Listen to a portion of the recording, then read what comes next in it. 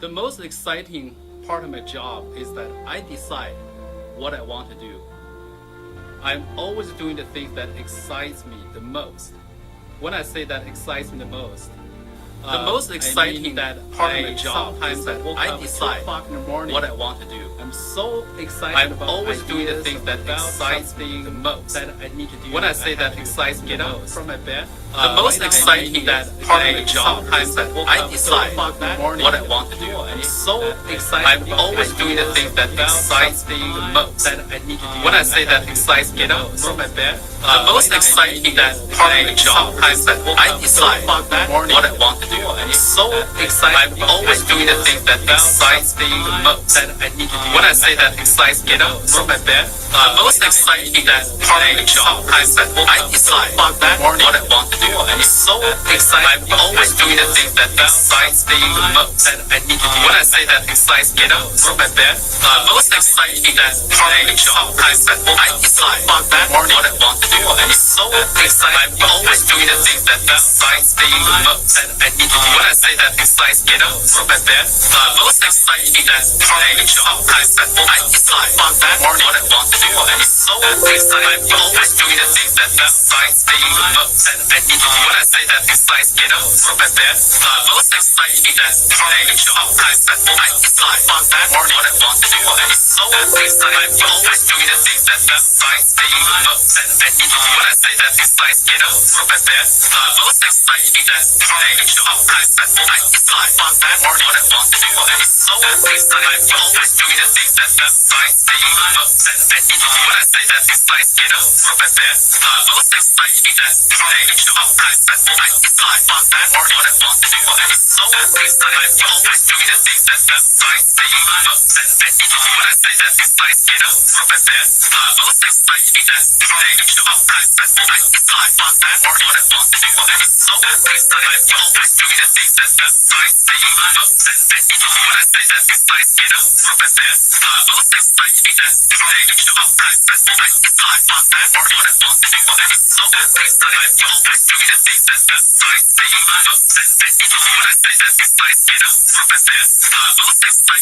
from my bed.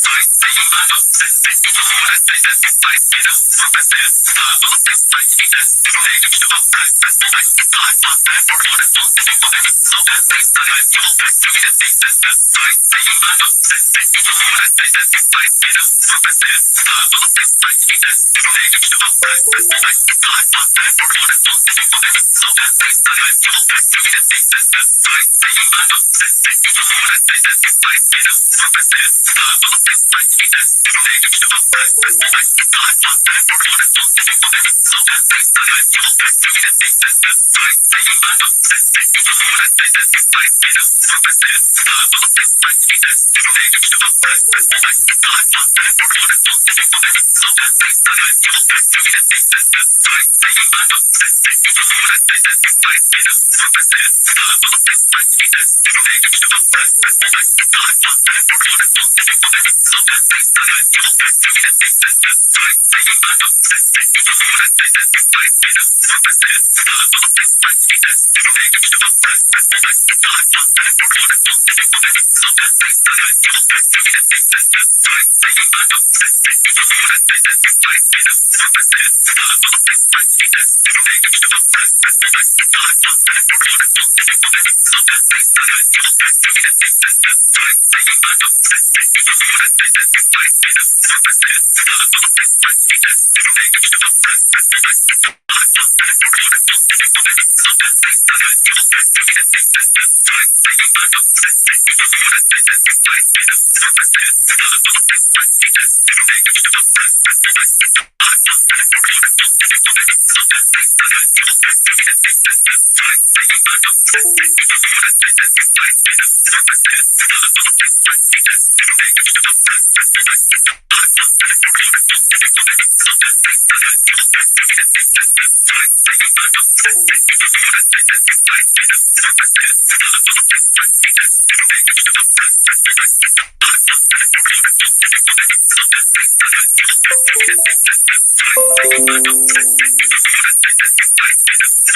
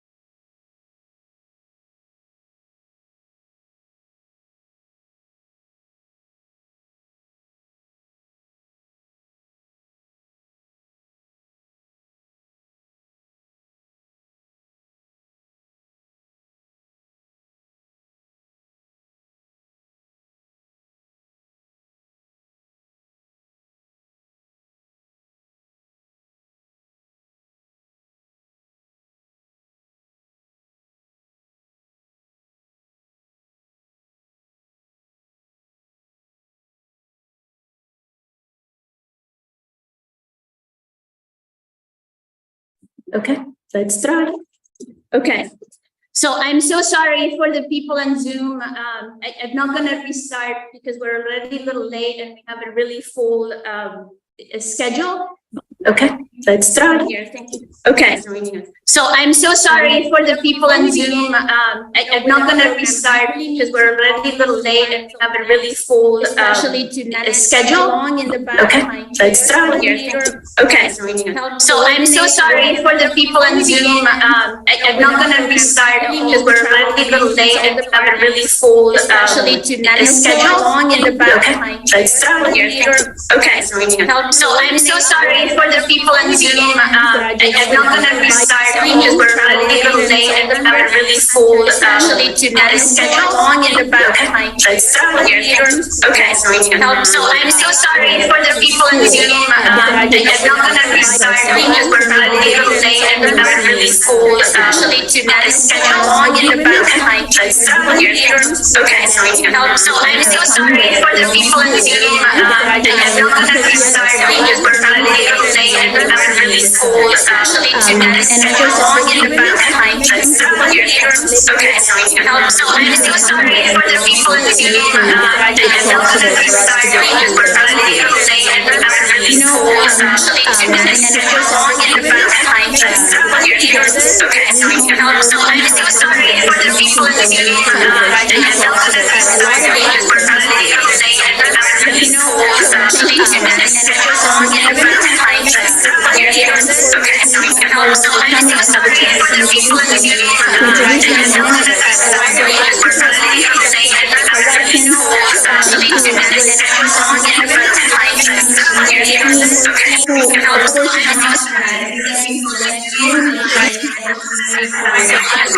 Here, thank you. So thank you,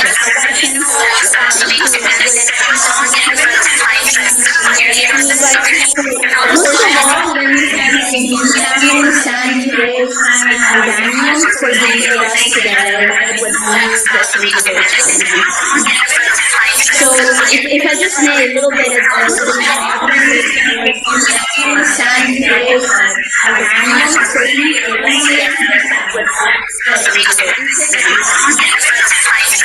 if I just made a little bit of if I just made a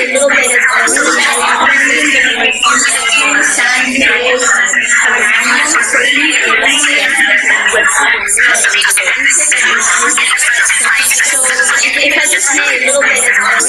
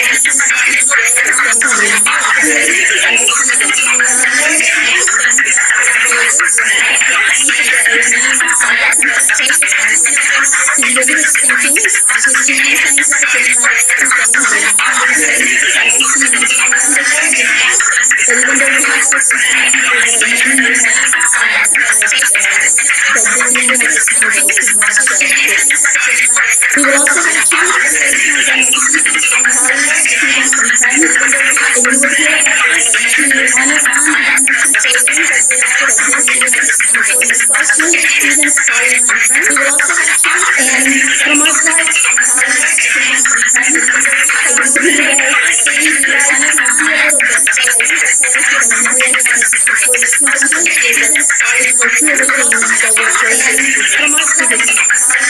knew seen the photos, and that's what it is. So with that, let me introduce our first speaker, Mike Murphy. Mike Murphy is a physiology of the university. He was the first Ravanian student. So with that, let me introduce him. And his lab there established the now that boundaries the best balance of the second class. He was the first Ravanian student. So with that, let me introduce his extensive work on problems of continental collision of distinctive both boundaries and field observation and the aesthetic appeal of the beautiful light. So Mike, thank you very much. On problems of continental collision of distinctive both boundaries and field observation and the aesthetic appeal of the beautiful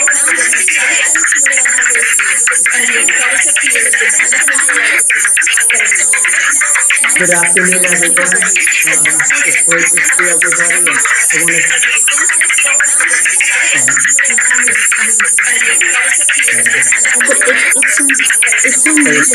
Good afternoon, everybody. It's great to see everybody.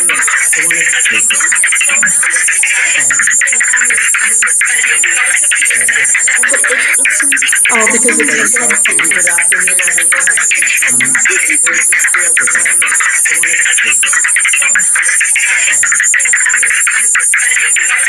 But if it's the number, because it's a microphone, it will cause problems. But if it's the number, because it's a microphone, it will cause problems.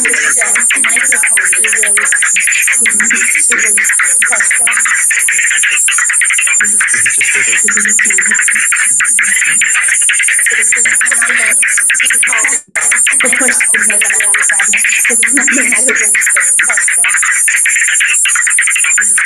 Can they hear now? There are 80 people in China and they couldn't hear. So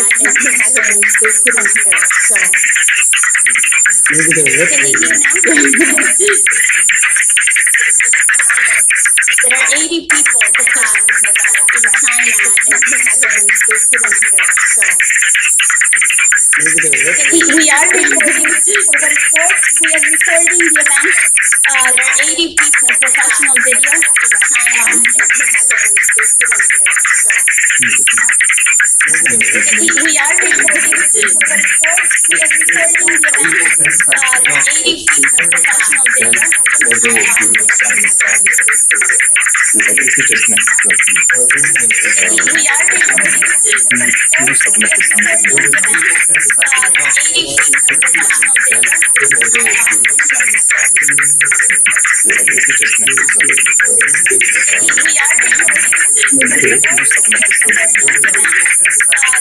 Can you say? Can you say?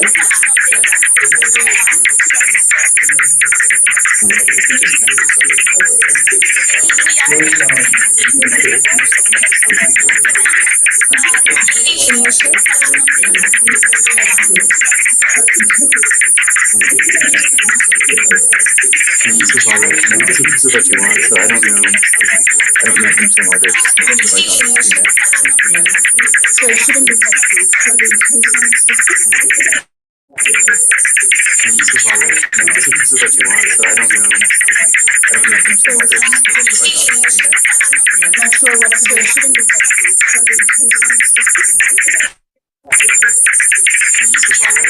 Oh, but we have all the songs too. Not sure what to do.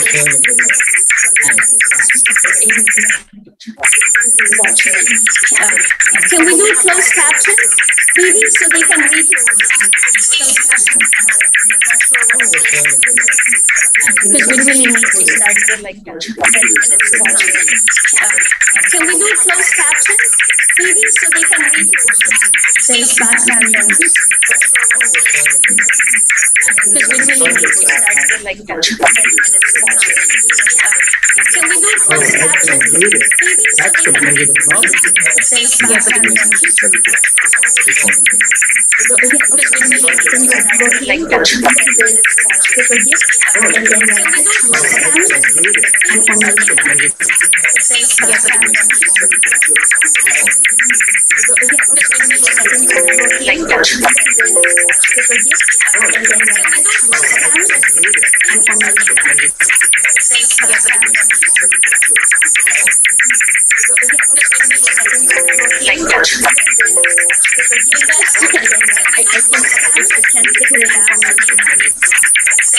For output to the headphone, for input to yeah, you only have one input. So that's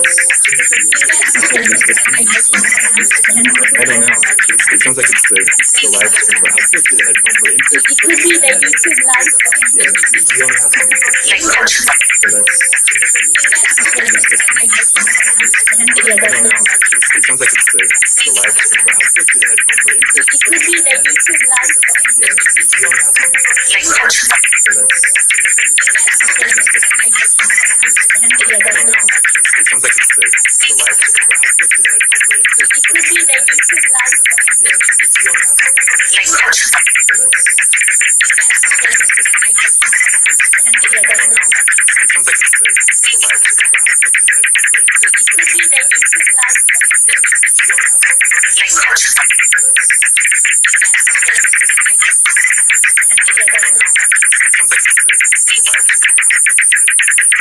the YouTube live. yeah, you only have one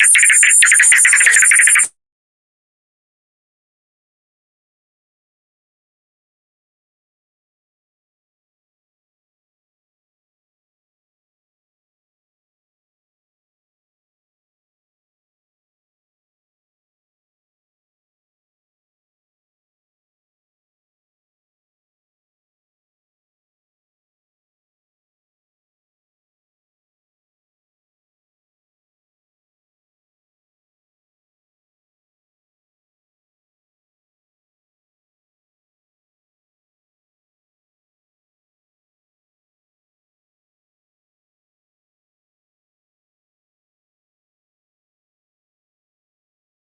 So that's Okay, now? Can they hear me now? Can you hear? Nothing? I No. unmuted. Okay, you muted. I unmuted. Can you? Best plans, right? You're speaking. Yeah, I can come near the speaker. Oh, much better. Okay. Okay, so this is the microphone now. What? This is the microphone now. It's all good. No, this is, pick up voice, so- Can you hear? Can they hear? Is everybody good? Okay, thank you.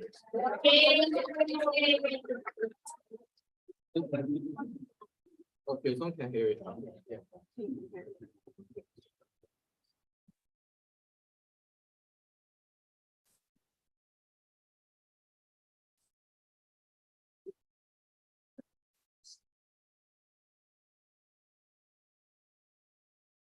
the microphone.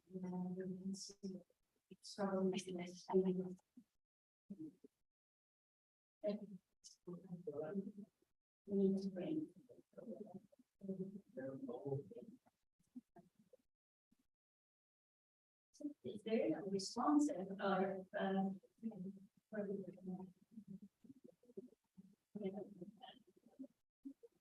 so then you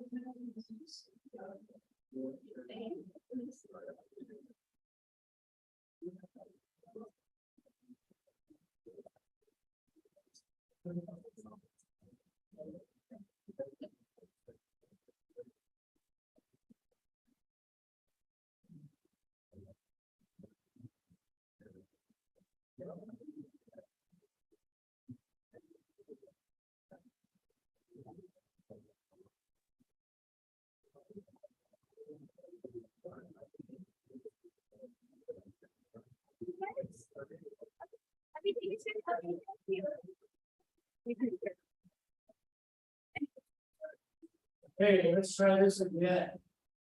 Well, yeah, and thank you. This putting together this talk was very therapeutic, and so thank you for letting me come up here and share everything. my experiences with on and more importantly as students. And I also want to welcome those now you can hear me on Zoom. Without our partnership with China, our research on student research would not have been possible. On produced a remarkable group of scientists.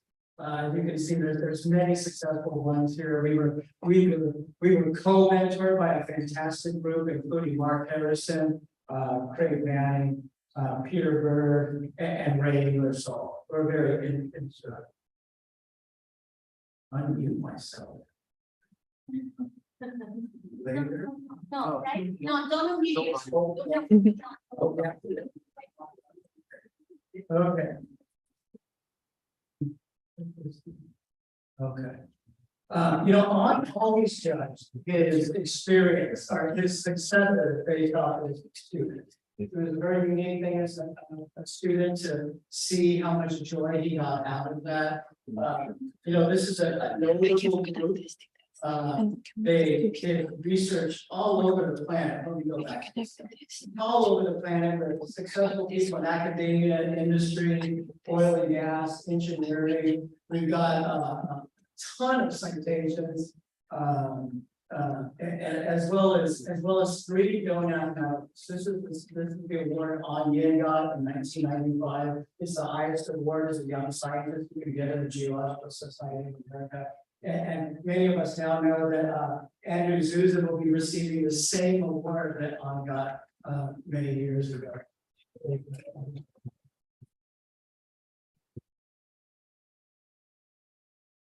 The Tibetan Plateau is certainly possibly the largest, highest continental plateau that ever existed on the planet. It plays critical roles in global atmospheric circulation, ocean chemistry evolution, and it's a source of fresh water for 3 billion people on the planet.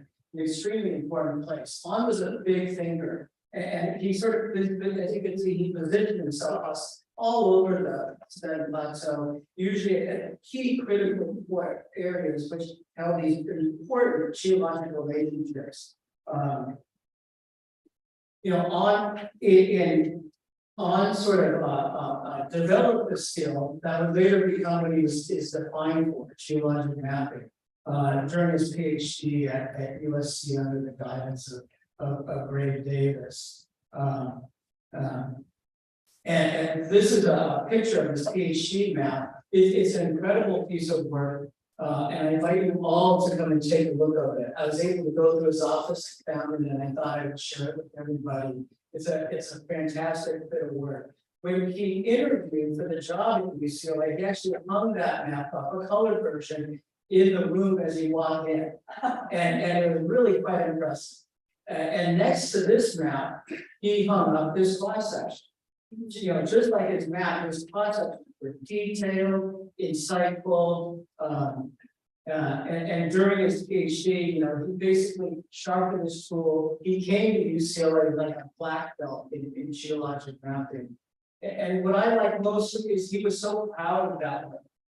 And you can see here in this note that he wrote to Hannah earlier this year, just how excited he was about his work. Upon On's arrival at UCLA, On published a series of mechanical papers that many of us refer to as the wedge papers. On always believed in a three-pronged approach to structural tectonics research, so geometry, kinematics, and dynamics. So On taught us that geologic maps and their kinematic interpretations are essentially the initial and boundary conditions for mechanical models. And so armed with this mechanical intuition and strong skills in communicating geology, he was poised. He was ready to go to Tibet. And there, to address big questions, lots of models and not a lot of geologic data. On address big questions such as when was the Tibetan Plateau uplifted? How did it uplift through time? And I was really fortunate to be a part of this. In 1995, On and I spent 45 days mapping throughout southern Tibet. The motivation to come out to this area actually started with a box of rocks that Bill Kidd had brought back from the 1980s Royal Society geotraverse across Tibet. Quite a remarkable adventure. In 1991, prior to the classic paper Raising Tibet, on Mark Harrison, Rick Ryerson, Peter Copeland set off to Tibet, where they went off to discover the Ganges Crust, the Redwood Zidong Crust, and also made their way to the north into this particular area that we refer to as Chochen, where we went on to make some amazing discoveries. One of which was that the region had actually been overlaid by a completely flat volcanic sequence. Underneath was all the short materials where Carolina had brought up, that we discovered that essentially most of Tibet was already thick and probably very high prior to the collision. And so this sort of set up what On referred to later as an important boundary condition. It was an initial condition that all subsequent tectonic models would have to sort of deal with, address.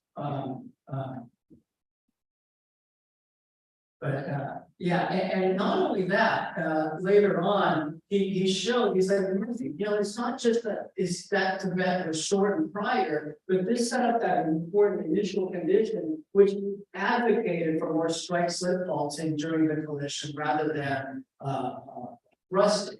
We already have thick rust, we already have a high vertical stress, and we might promote things we call strike slip faults. That summer, On every day in the field, On always stressed and taught me that geologic mapping is an exercise in the application of the scientific method. If it was not done this way, we refer to that as data collection. In other words, collect data now, think later. So we always thought it was a very active process. So we come back from the field, not only sore, but just mentally, right? Because all day long, we're constantly thinking and deciding, where do I need to go next? Or what do I need to do to solve this little problem that so that was sort of the main result. This is the cross section, and on curious with others across Tibet. Here's you can see all these little TV units, the flatline volcanic sequences, and this is what led to this initial condition, which helped explain this wide strikes of faulting. A couple of years later, Paul Capp came in 1996 to UCLA, and later that next year, we took a big expedition to the Chongtong, the most remote part of the Tibetan Plateau. Every night, the creeks we were getting our water from would freeze. So we'd wake up in the morning, try to thaw out snow, which takes a long time. I don't know if you guys ever tried to know. It takes a long time. So our field stays started quite late. Not only that, the permafrost wasn't always that permanent.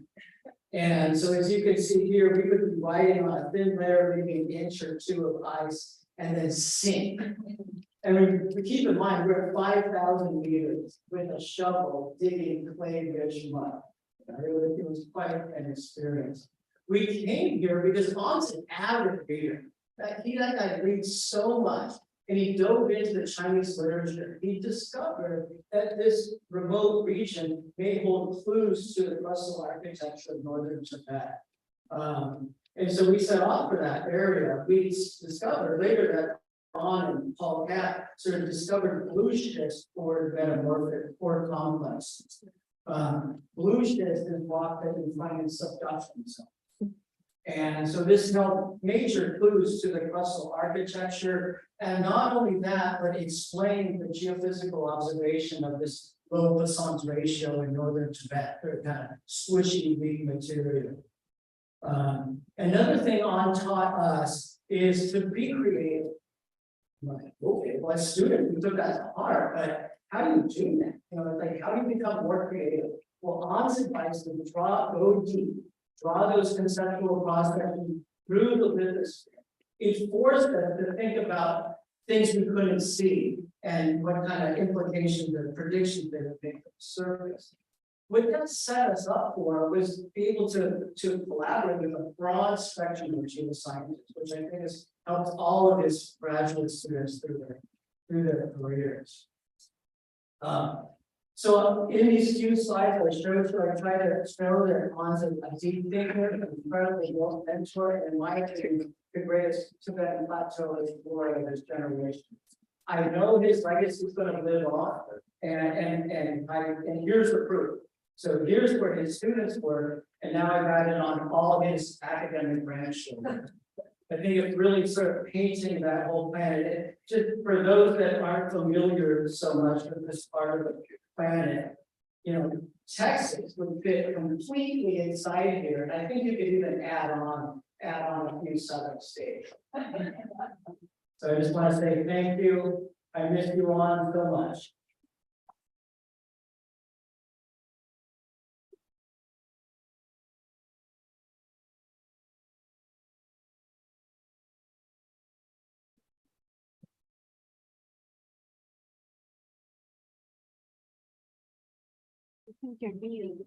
So much.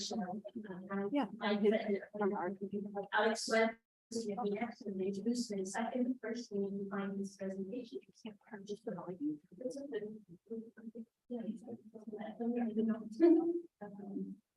That's for us, the body is for us, everybody else can just review not why.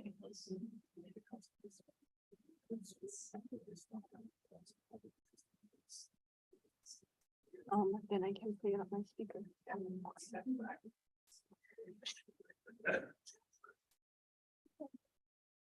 Are you guys?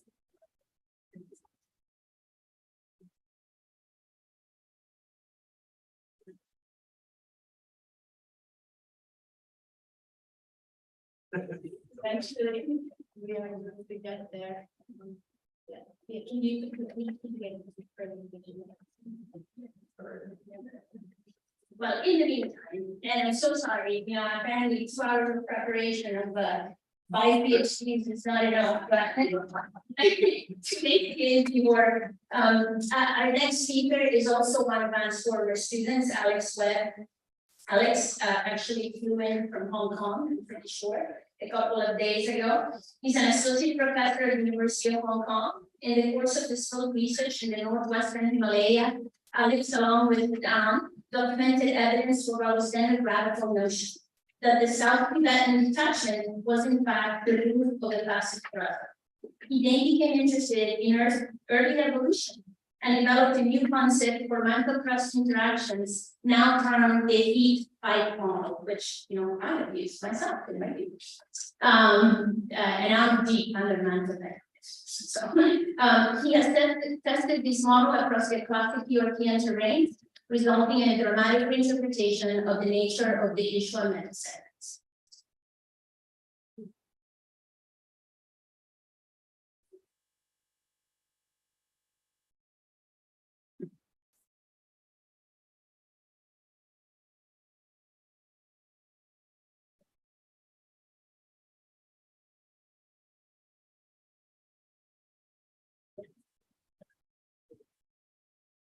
Okay.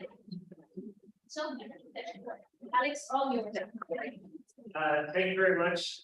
It's lovely to be with you all here. Sure, put the microphone up, George. Now. Yes. Okay, is that better?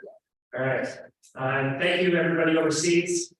So it's really a joy to be with you all to celebrate our win, our colleague, our friend, our leader, our classmate, our mentor, Daniel and Hannah's father, Sandy's husband, Ray's brother, Dukman and Leisha's son, whose smile and dedication lit up our lives. Before I get going, I need to mention something else, which is that Chang Yunia and Ray and some of us are spearheading a signature drive for a physical memorial for Han. And this would be, the memorial itself is a gift from Han's Peking University classmates. So that means that it is not a financial competition with any of the other great initiatives for what UCLA is doing with the field fund, which I have contributed to already. So I want to really quickly show you a mock-up of the design of the physical memorial. This is a front-facing view of the initial model for the statue. And there's two favorite positions shown, outside and near the geology building. Statues are for heroes, and for so many of us on each our hero. So it feels a little funny, but it feels right. Again, this is going to be a letter to Chancellor Block. It's signed by about 200 of us so far.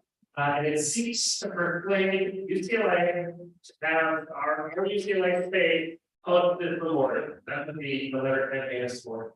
So if you'd like to sign this petition letter, please see me during the reception, or just email me, or you can email Sean Yu. I provided our 2 emails there, and they'll show up again later. All right, so back to the Himalaya. On is the person most responsible for bringing us from models that look like the top model to models that look like the lower model. And like so many of On's accomplishments, this one is rooted in the geology of southeastern California. And so this picture here is from February, when my research group came to visit On and to look at some of his classic training localities in southeastern California. And so this was our stop to the Orinoco Mountains. This is where On's single greatest contribution to Himalayan tectonics was born. I'm really just going to focus on that main contribution. I know there's so many others, but this is a great love of his. I'm going to express that. So it's based on the folded fault that's in this image. To the right, we have felt mountains above, and then below there's the Orinoco shift, which is kind of greenish. There's a folded fault in between them, the Orinoco fault. And to my knowledge, On's great discovery here kicked off with this paper, which is submitted in the middle of 2001. And so my knowledge is a little limited because I got here in the fall of 2001. Okay, so here's what we kind of looked like back then. This is Carrie Meadow and Seth Briggs in the Orinoco in 2001, 2 of On's students, on an advanced structural geology trip that he led. And here's On, I think he's in the Orinoco, he might be in the Erebus. I'm pretty sure that's also 2001. Something I discovered in preparing this talk is we did not take as many pictures back then as we do now. So in this paper, On is noting that the Orinoco has been explained by a classic glowing normal fault type of evolution, which you can see on the left here. But he notes that a passive roof crust geometry is put on the right, and also did the observations. And then at the end of the paper, he mentions that this could similarly rewrite our understanding of the most important internal structure of the Himalaya, the South Tibet fault. So most people heard this Himalayan story for the first time at a GSA meeting in 2002. I still have people coming up to tell me about this talk. If you want to read an incredible abstract, check that one out. He then put this story in a draft for Nature, and then one for EPSL, and both were rejected. And these rejections are not too surprising. No one wants to hear On or anybody else come on and tell them that something that they have been working on for 20, 30, 40 years as the world's greatest detachment fault is actually a fact for us. So in response, On launched one of the great endeavors of his career. And he published this. 131 sickening pages. It's an Earth Science Reviews, but it is not a review. It is a revolution. And if there was any doubt about On's intentions with this paper, the quote he started with dispels them. So you can scan this quote, you'll see that he's quoting Bill Dickinson on myths, because he's coming after a great Himalayan myth. And he's replacing it with deep exploration for perfectly informed analysis, a ton of reading, and a ton of synthesis. So we can start with this map. And I'm going to rejigger this map a little bit to show you what would be considered the pre-onion version of the key structure, the South Tibet attachment. And now we're going to look at some pre-onion models. So you see the colors of this model before, the one on the far left, this is the colorized version of the one that uses the red. They're all cross-sections. And we can simplify things again. We can highlight that key structure like so. So in red is the South Tibet fault, the South Tibet attachment, and it's accommodating massive estimation in these models. Generally, it's a normal fault. So if we look at the map and the major models together, the logic is pretty clear. In the Himalaya, there are essentially 3 layers. separated by two faults. We've got 3 layers, 1, 2, 3, and they're crossed over that base layer you see here, which is Portland basin sediments. So there's three deformation layers. If we simply label those layers 1, 2, 3, then 1 is low grade, and it actually gets a bit hotter at the top and transitions into layer 2, which is high grade. And then the transition down to layer 3 is again gradual. Layer 3 is cooler, but it's pretty hot at the base. And these prior models consider the Southern Tibet Fault as a major structure, including the second layer from below the third layer. So this is supposed to happen in Miocene time. So the high-grade crystalline rocks of the second layer would be exposed at the surface in the early Miocene. So on him has a clear problem in that view. Basically, the high-grade second layer has been at the surface for 20 million years. According to these models, should always separate layer 1 from layer 3. And for the most part, this is true. You can see where I've labeled 1, 2, 3 and a couple of sequences there. You can go 1, 2, 3 from the bottom layer to the top. But if you go far enough west, the pattern collapses.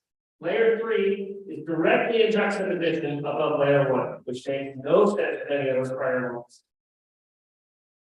So on explore the Orocopian acid root fault solution, and it works.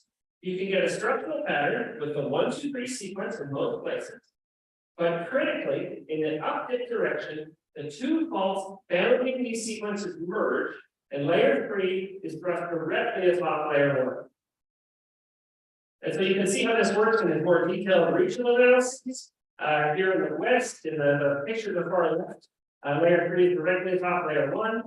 And those two faults are merging to the southwest, and in the east, in the Bhutan Himalaya, we see something similar. You see clipping of that top layer, layer 3, extending very far south. And then the fault below the top layer is almost kissing the fault below the lower layer. So you're very close to that frontal tip of the wedge.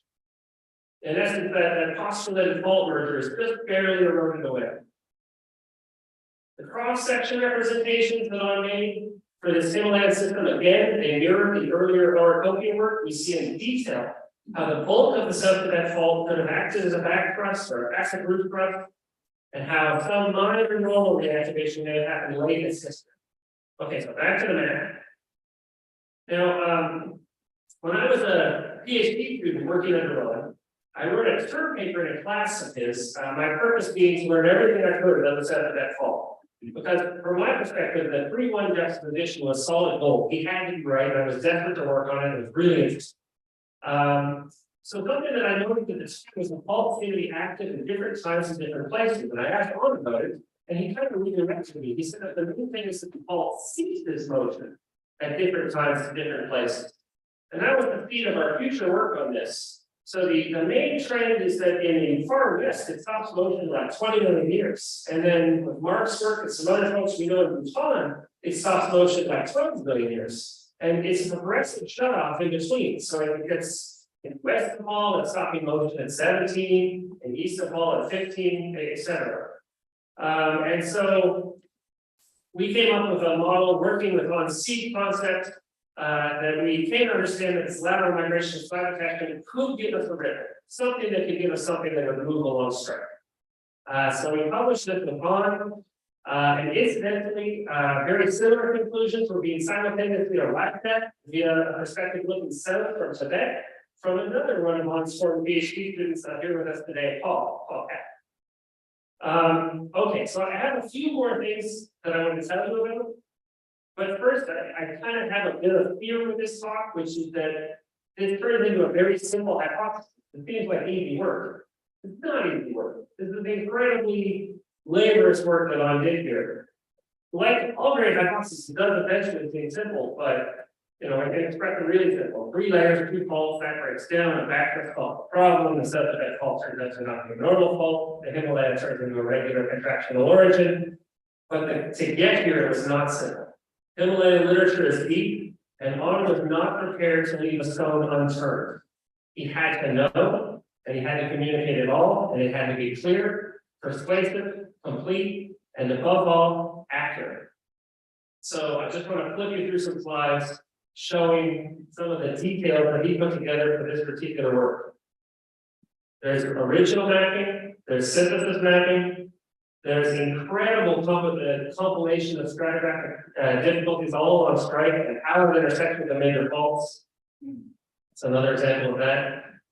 Looking at all of the different major features of the origin and its different sectors, compiling all the thermochronometric data that has been produced thus far. I have never seen anybody put together a collection of models like this. Every single tectonic model that had ever been generated for understanding any aspect of the Himalaya is in one freaking massive diagram here on the left. All of the tectonic models to the right. Compiling the predictions of every single model that has been produced for all of the major features. What did we see in terms of timing, composition? How does that affect the river evolution? How does that affect the fans? Okay. So I've tried to go quickly, I know we're behind, but I want to tell you one last story that is a little bit odd. But it is about On's quick ability to touch another person's heart. So this picture is where I started. It's from our trip here in February. And the story involves the postdoctoral scholar here in the black leather jacket. Her name is Arminsa Granbat. She's from Ulaanbaatar, so she's a Mongolian.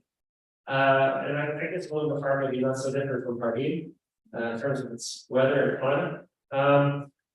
So as a Mongolian, Ari was completely thrilled to see on door sign. And so he took this picture. Because someone from his past Mongolian work, I assume it's his colleague Olsen, had written up a door sign for him in Mongolian. So here's the translation. It's University of California, professor, and the Mongolian word for peace, which mirrors On's name, On's name meaning in Chinese. So in Mongolian, On translates to Unktiven.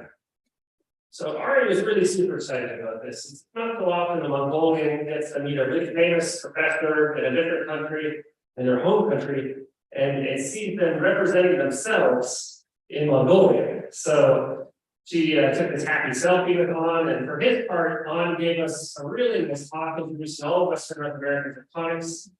He insisted that we all go out for that group photo that I showed earlier. He took care of all of our Lodi doc needs. He was super welcoming.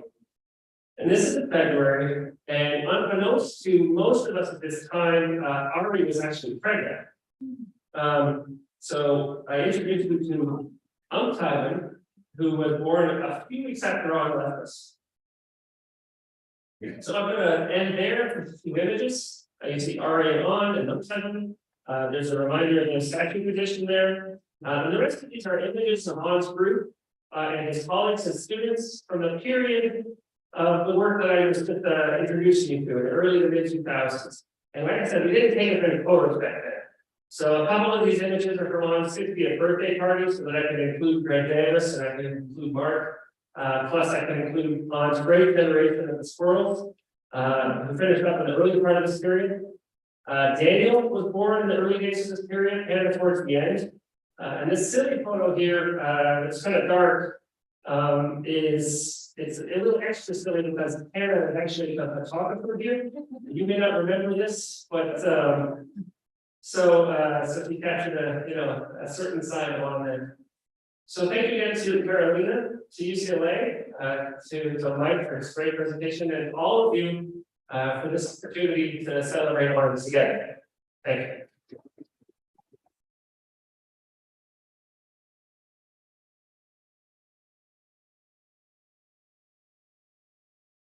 Thank you so much, Alexandra. I didn't so we don't have to waste time with my inability to work with this computer. Thank you very much, both of you for those presentations.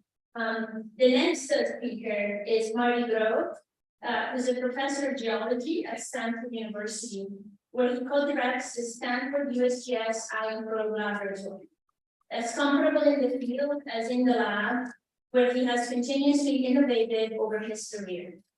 A pioneering thermochronologist, Marty has made important contributions to a vast range of problems, from understanding non-climatic systems to providing key details in understanding the mass balance of subduction environments. So, in a minute, we will be able to hear from Marty. Is this?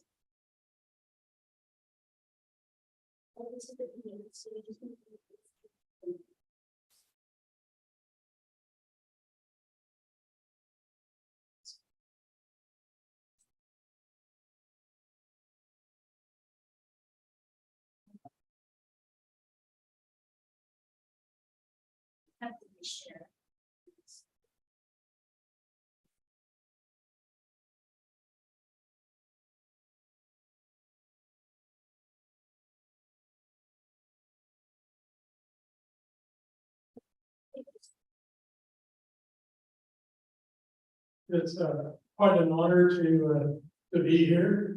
Like was described for Mark Harrison when I first got that phone call. I had to ask the person I was talking to, Jeremy Horgan, who was up in the White Mountains, to repeat what he was trying to tell me 3 times. It was unbelievable. I mean, it was unbelievable. It was, and even several months later, you know, with the passage of time, it's, you know, and particularly being in an event like this, it is, it still feels like mom's with us. And the fact is, he is, because all of the students, postdocs, other researchers who work with on, you're a core part of his legacy. And I have to admit, this group is, in addition to being very accomplished, is some of the most interesting people I've met in science. Jeff Philip might talk about this, as well, and many others. So it's also been a great honor for me to have especially in the context of working with Omni.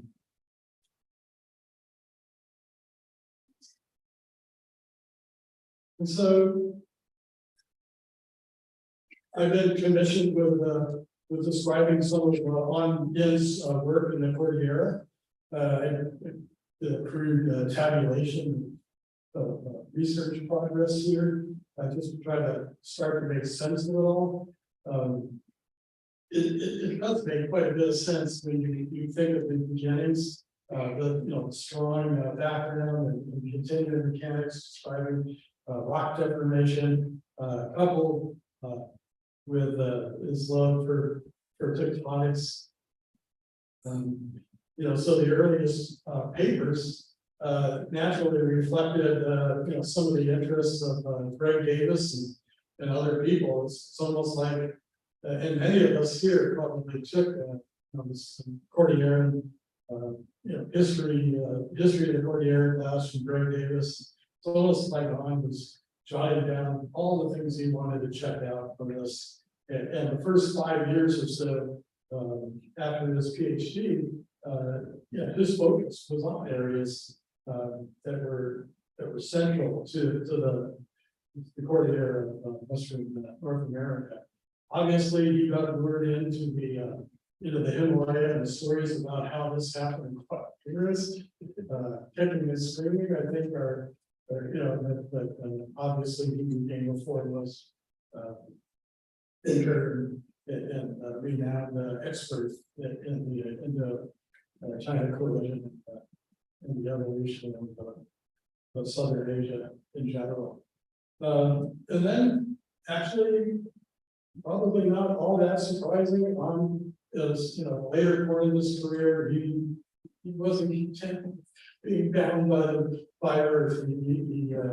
He started to develop an interest in planetary geology.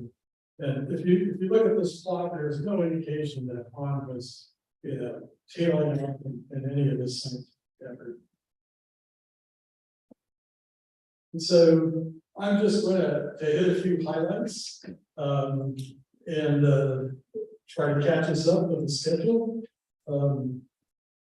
Some of Han's earliest work was basically involving thin skin deformation, the severe fold and thrust belt, and some of the earliest papers he produced were both describing his field observations and some of the the curiosities that he found in mapping in this area, extensional basins, for instance, forming above rust faults and so forth. And moving forward in time, I had an interest in the laramide timing, contractual deformation, and that formed the Rocky Mountains. Here's a study involving Ernie Taylor, another one of On's students that I remember very well. And also, predicting patterns of deformation in the southern of Rocky Mountains as well. And in turn, particularly linking the deformation patterns to sedimentation.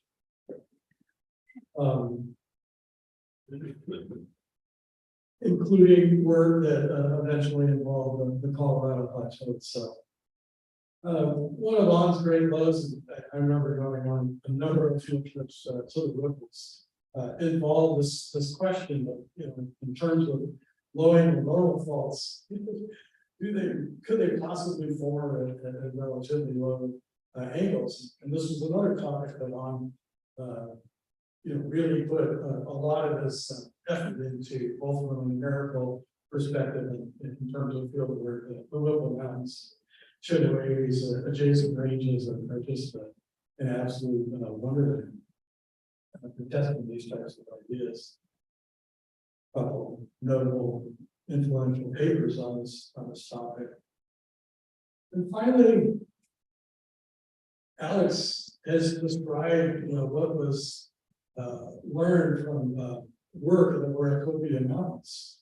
The Oracopia Mountains are just east of the Salton Sea, indicated on the slide. I can't actually speak into this series. But basically, this was a tremendous area. In addition to maybe understanding or gaining some understanding for the Himalayan origin, it's just one of the great areas Tom was taking many of the students to, and also mentioned were the Erica Mountains and the Little Marias, a number of other places right there where you can see absolutely world class geology. So looking to the west at the range, this is that you can see on the skyline a little white stripe. But this is the Oracopia detachment fault, potentially built for us as was mentioned by Alex. But stacked above these are additional thrust faults. And subsequent to the work that On did in this range, we realized that the observations that we made when we started to apply thermochronologic tools and so forth, there are significantly different histories that were being traced out by these fault-mounted slices in the Oracopias. And so, just to add, it's almost unbelievable. On's not here. Even mischievous smile is printed on my brain forever. Here we're standing on top of the Oracopias, looking out to the Salton Sea, and I just want to say is, thank you, and of course, the Boulder Rock Art includes our message. So, thanks, On.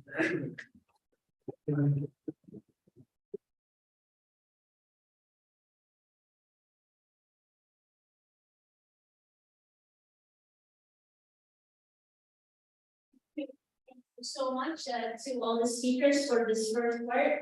Also, and all the people on Zoom. We have 69 Zoom participants and over 80 people in the room. The Institute for Tibetan Research in China, and more on YouTube. So this is not everybody would have fit here.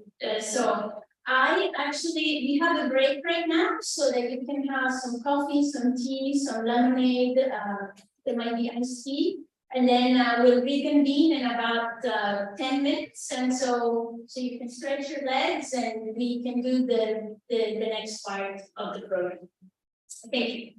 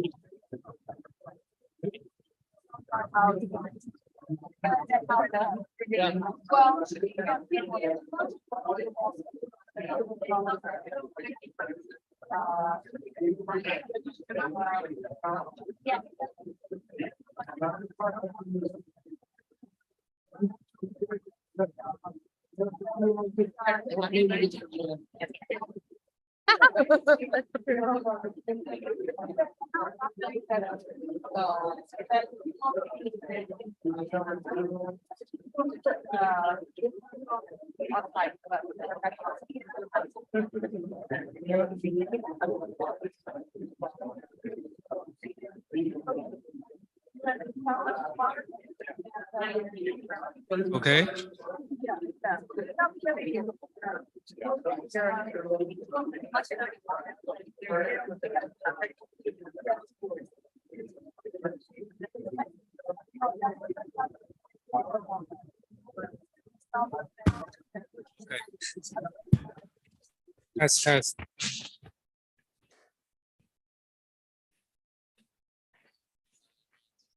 Test. Test. You got? Hi. Test.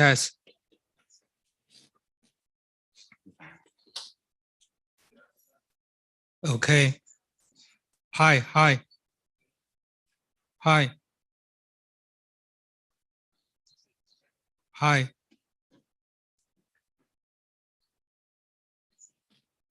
Hi, Abida.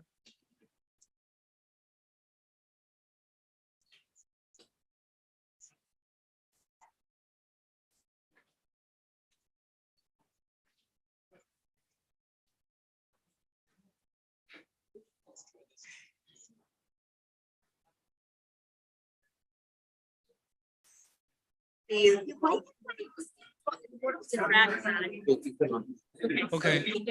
Can you hear me? Yeah. Okay. Okay. Yeah. That's good enough. Okay.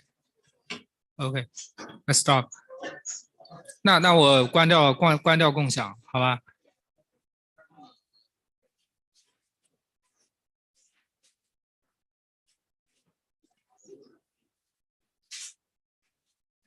？OK。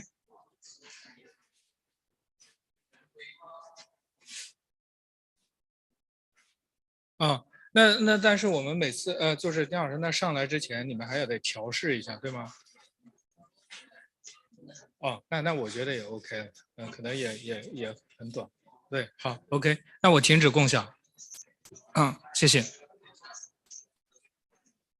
对了，我切换一下摄像头，你看能不能看得到？万芳。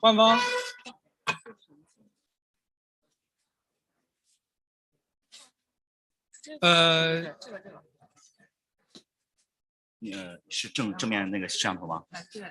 那摄像头我来。我切过去了。这个是。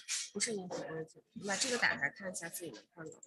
把那个弄成这个。那个9宫格那个。能看到你啊。对。OK， Hi。OK， Hi Carolina。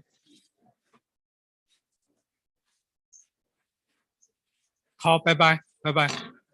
好，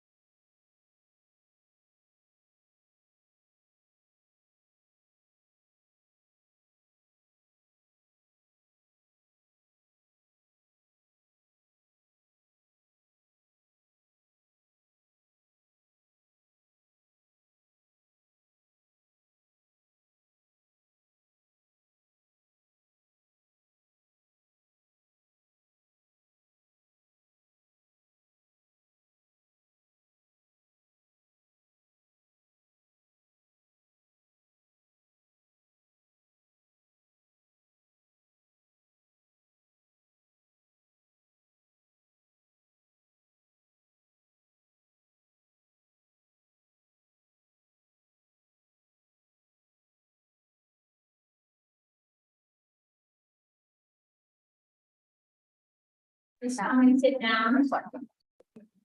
Okay, so let me introduce our next speaker, Jean-Philippe Roy, who's the Earl C. Anthony Professor of Geology. He's also Professor of Mechanical and Civil Engineering at Caltech, that institution.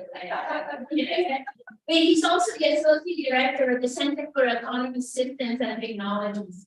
He has received many honors, including the Royal Society, the Wilson Merit Award, Fellowship in the American Physical Union, and the E.A. Flynn Award from the International Atmosphere Program. This is a big award since he has made use of observation, satellite imagery, and many pioneering contributions in rapid development, multiple areas to inform theory and models to better understand earthquakes, crustal deformation, and landscape evolution.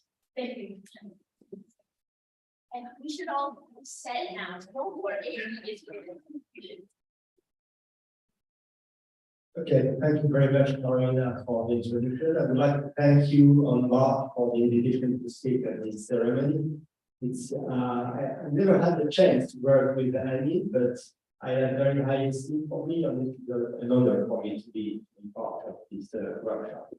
So I was charged to give you a tour of Annie's contribution to tectonic modeling.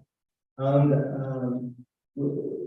what we are going to see in that tour is that Annie was first and foremost a field geologist. I mean, we've seen this map that Mike Murphy referred to, but he had also an extraordinary talent at relating geological observation with mechanics. So this is the part that I'm going to cover today. I will start with a paper that actually Mike referred to, which was an outcome of his PhD with Craig Davis. And this paper is very interesting. And also, I should say that was my first encountering with Annie. When I saw this paper coming out, I was very excited. That was the first paper citing my first paper of my PhD. So, like this, I'm very glad this. Thank you. I wrote the paper, and I remember not to be excited too much when I put in my paper. This information is very much is signature when you write papers. Start with regular geological observations. And he's reviewing past interpretations of them, explaining that all past interpretations were probably wrong. So including what I have proposed. And then he moves on, he's explaining that he has a better explanation of this type of writing. It's something you find very common in this paper. So this paper came out at a particular time. The decade before, there was a lot of effort done in developing models of thrust wedges. So Davis, Suki, Allen have developed this critical wedge model where the thrust sheet will be considered as purely plastic medium. And there was another observation that, another type of observation that had been made in particular by John Platt, who had discovered that in thrust system you have normal faults activated at the same time as thrust. That this could contribute to the explanation of deep metamorphic rocks. And then there was this particular observation of the South Tibetan detachment that Alex referred to earlier, which is apparently a normal fault that seems to have been active at the same time as the main frontal thrust fault in the Himalayan system. So there was this problem to try to understand better how do you get normal faults to work at the same time as thrust faults. So he was not completely satisfied with the critical wedge model developed by Davis, Suki, and Allen. And the reason for that was saying, well, when you look at the thrust sheet, you do have part of the thrust sheet that are not deforming. right? So you're not at the critical state everywhere. So you must have parts that are still elastic. And so we went on trying to analyze the condition to create new faults in the elastic wedge. So here I can simplify section of the system that is studied. We consider a typical wedge and solve for the state of stress within that wedge in a very elegant way. So we assume equilibrium of stress, it's a static analysis, boundary conditions in a relatively generic way, so assuming that the battle stress is actually a condition for critical sliding. And then with this particular way of writing the boundary conditions, you can come up with a very elegant analytical solution making use of the area stress function. So you introduce the area stress function, it's the harmonic equation, and then you put that you have a unique way of, you have conditions on the equation of this, on the coefficient of this equation based on the boundary condition. And you can come up with a very nice and compact representation of the stress for an elastic wedge. So it's a quite elegant figure.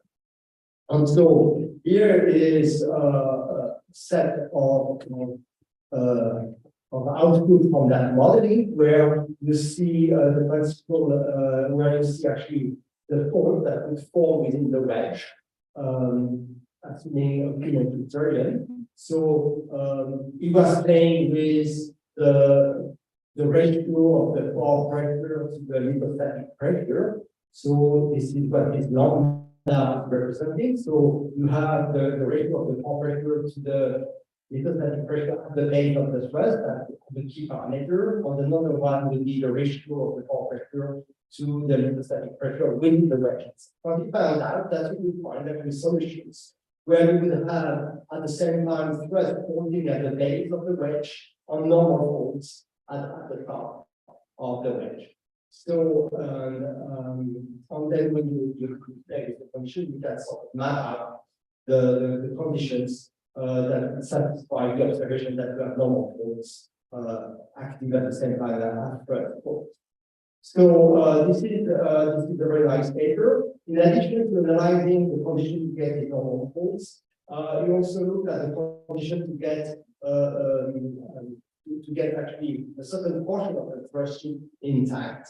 So actually calculated the distance from the toe of the wedge to the first thread, and demonstrated that you can come up with an analytical expression that can give you constraint on the mechanics of the wedge. So we can learn something about the cohesion strength of the wedge, and can get constraints on the friction at the base and within the wedge. So it's a quite elegant paper. One thing I should say is that it came up with a quite nice explanation for the North Himalayan wall. Some people call it the North Himalayan wall, others call it the Southern Vacuum Fault. It looks like it has changed in time, and that this is what Alex was explaining today, with this idea that it might actually be passing through stress. So, Anne was certainly full of ideas, and he knew how to develop models that could be tested quantitatively against geological observation. Later on, in 2000, he made use again of this elastic wedge modeling to look at another problem. And I found this paper to be quite interesting too. We were looking at the problem of the normal faults. You have a rift on the flank of kilo AR volcano that is active at the same time as the stress faults down along the flank of the volcano.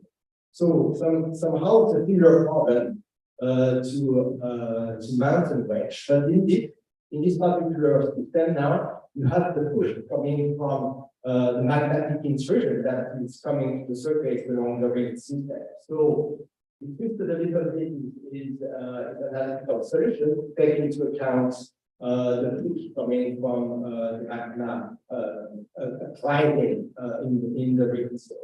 And then you can come up with a relatively elegant model explaining how you can actually activate the rift and on the thrust at the base of it at the same time.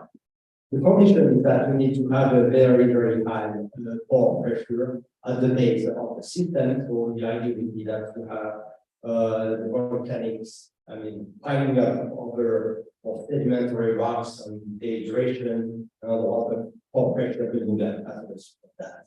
That's a possible explanation. There are other explanations that would be previous, but that's an elegant way. Let's move on to another. I'm not going to review all these contributions. I just picked that I find particularly insane.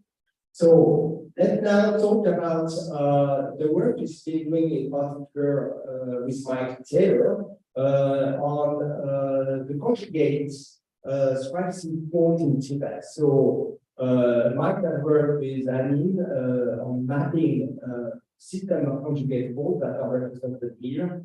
So look at the small on my screen. I hope you can see that you have those stress faults making V shapes.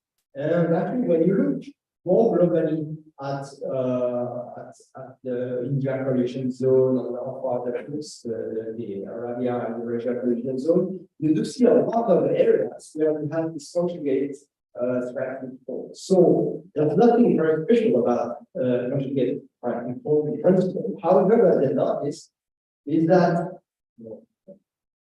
those striking faults don't have the right orientation that you expect from theory. If the principal stress is in that direction, you expect conjugate strike faults to make an acute angle with the strike direction. So typically the fault would be at 30 degrees from the axis of compression. But when you look at the faults in central Tibet, the angle is much larger. It's more like 60 to 70 degrees, right? So it's not the right angle axis. So then and it's common. You see that also in California. It's quite common that you have conjugated that don't meet the classical understanding theory based on the two filtering. And so then you have two possibilities. Either the faults were created according to the theory, and then they rotate time, and we know it can happen. But it looks like, for example, here you can imagine that these two faults were formed at a higher angle, and then if you have first fault in between, then you are squeezing the medium on the angle between the two will diminish, right? You could have a more complicated system of striking faults accomplishing the same thing, or normal faults that would stretch the medium. You don't have this kind of faults associated with faults in Central Asia. You need to come up with a different idea.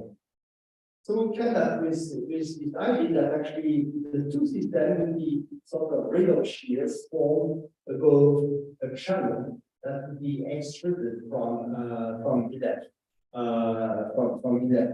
Tibet. So,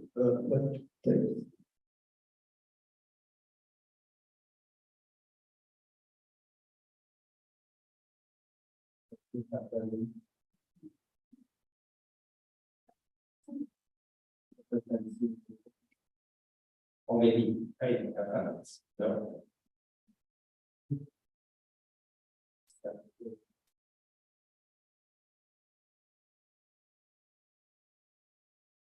Thank you. And then we make use of geodetic measurements. So if you look at geodetic measurements, so the displacement measured at GPS stations relative to stable Eurasia, so this is what all these vectors are showing. Here you have a cross-section of the east-west component of the displacement. You see that you have a sort of a quadratic flow with Tibet moving eastward.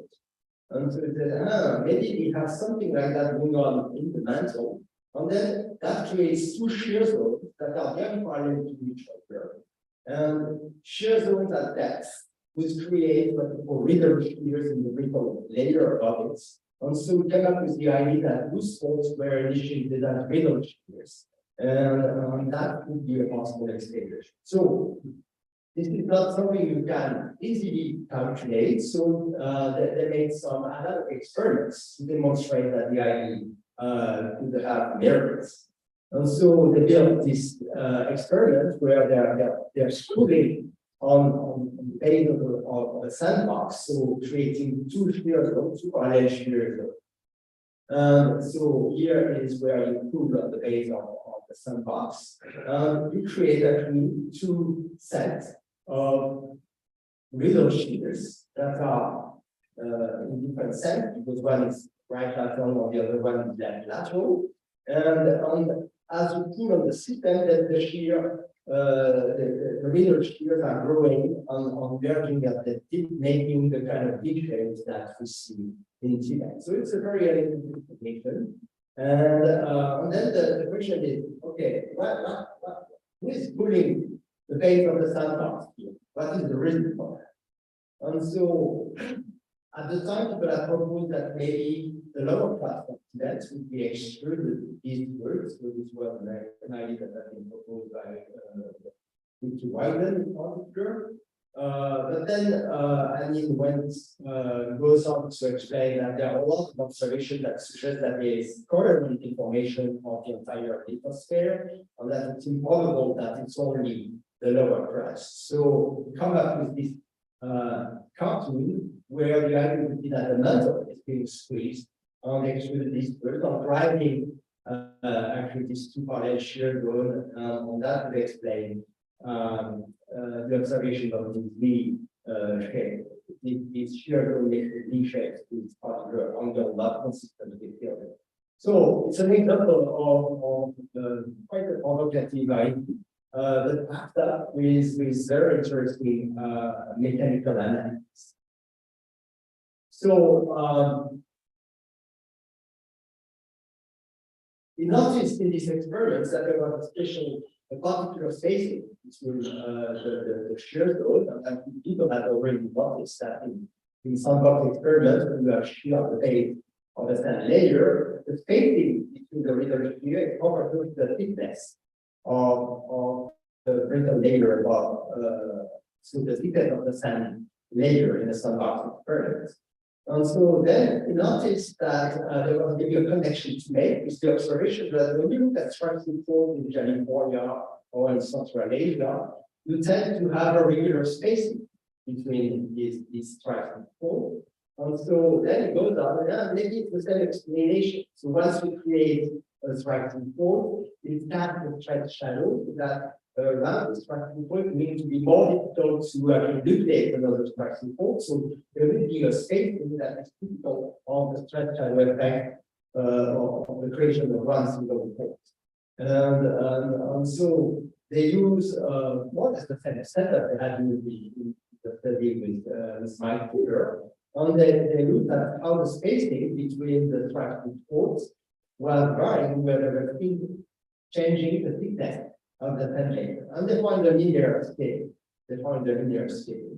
And then they test the ID using data from California and from Central Asia. And they also found that in both settings, you have a linear scale. The thing that is a bit puzzling is that for the same thickness, so in that case, the thickness is the brittle part of the structure, so in fact, the brittle part of the crust. For the same measuring depth, you have quite different spacing in Central Asia and California. So the notice that there are different properties, but the linear scaling is quite high, and there's certainly merit in what they propose. A quick mention of the more stress-based research. So over the last 10 years, there's been a lot of interest for slow development. They were discovered using continuous time series of geologic displacement. And they also have advantage different depth along solution zone, for example, in Cascadia. So that would be at a depth of the order of maybe 40 kilometers. what you see is that in the recycling period, the stations are moving away from the sea together with the splitting plate, and sometimes it rebounds. So it rebounds relatively regularly, every year or so in Cascadia, but the rebound is not due to a large earthquake, it's due to what we call a smooth pattern. So it would be typically a centimeter of displacement inward every year, and then you reload the system, and then it happens again. So it's a bit of a mystery, the mechanics of that system, and also what people have noticed is that they are associated with tremors. So tremors are not typical tectonic waves associated with earthquakes. They are much more emerging, they are harmonic, and so and on those kind of waveforms are observed generally in association with fluid flow in porous media. So we got interested in that problem and developed a relatively simple model which tried to accord to geological observation. So 40 kilometers in this kind of system, so we expect to have a mix of critical distant behavior. And the critical part is needed because you need to have some initiation of the source level. So you need to have a mechanism similar to what happens in an earthquake.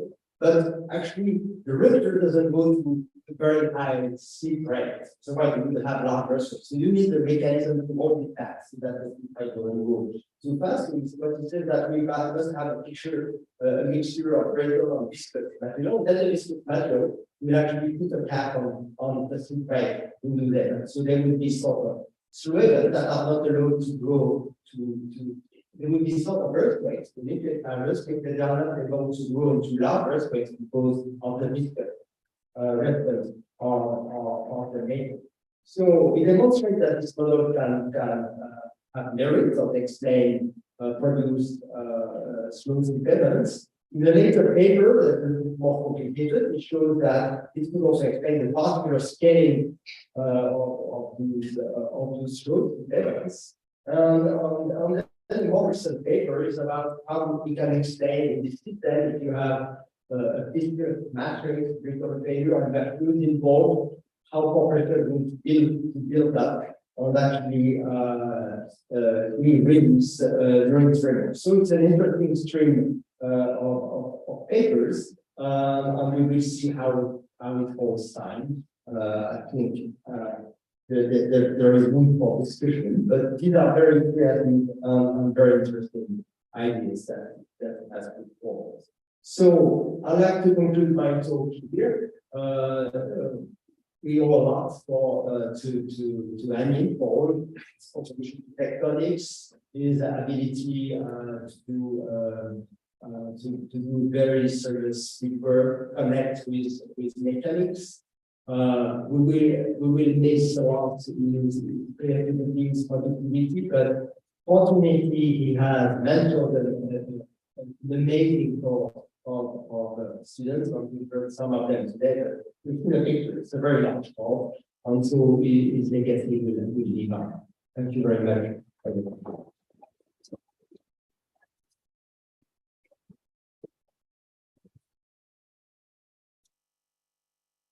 We'll actually hear next from one of his other former students, Andrew Souza, one of the co-authors on that paper, which reminds me, one of the co-authors also was Vincent, who's a professor in our department.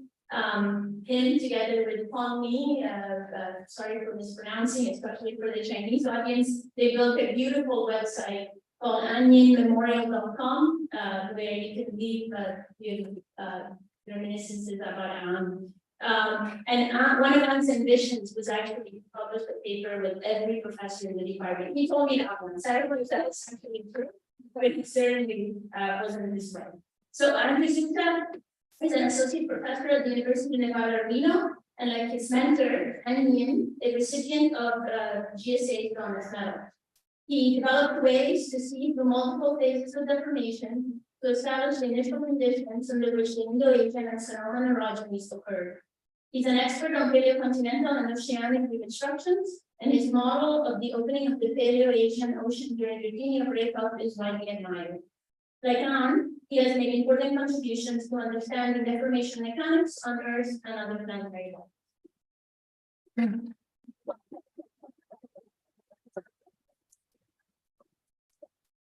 Hi, everyone. So today I want to talk about the next chapter of what Lon had been working on, and how he kind of took his fundamental knowledge of quantum tectonics and deformation to make new interpretations and new insights into pre-Cambrian geology, specifically with a focus on South Africa. So Lon had an incredible impact on my life, and as me as a person and as a geologist, we did a lot of great field trips together. So on the left, you can see the trip to South Africa we took. Bottom left, you can see Grand Canyon field trip 2013. He also set me up with many of my colleagues, friends, and collaborators I still work with today and interact with today. So in that top right photo, for my first trip to Tibet, Jinyu and Wu Shan are colleagues I still interact with a lot in China. Also in that photo is Robin, who made it in that way. And in the bottom right photo, thank you. In the bottom right photo is at our wedding in Lake Tahoe. On was there and gave an incredibly heartfelt toast. And you can see in the photos he's just beaming, the typical onion smile. So I really like that photo. So why am I talking about South Africa? I will personally do any work related to South Africa. But when I was a PhD student, Lon took a trip to South Africa in 2014. He fell in love with the country and its geology. And when he came back, it's honestly all he talked about. So the last 2 years of my PhD was South Africa this, South Africa that. So when I finally graduated in 2016, we took a group of us to South Africa, myself, Peter Hackroff, Robin, and Tom's family. In that photo, you can see Danny, Sandy, and Hannah. So why did Lon care about South African geology and pre-Cambrian geology? So about this time in his career, he's been working on planetary geology and Martian tectonics in the kind of mid-2010 timeframe. So there's a snippet press release, and the geologist discovers plate tectonics on Mars.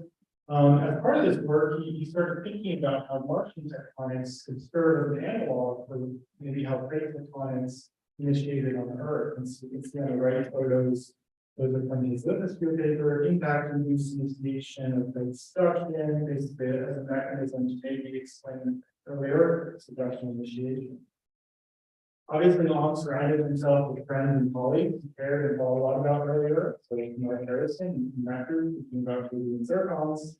I like this photo from Stellenbosch Winery in South Africa. You can see Mark enjoying a nice glass of wine and on a laptop. Other colleagues he worked with a lot, Alfred Kroner, geochronologist, Cambrian geologist. In 2013, they co-run a workshop in Nanjing University, so it's about the time of this interaction more with folks like Alfred.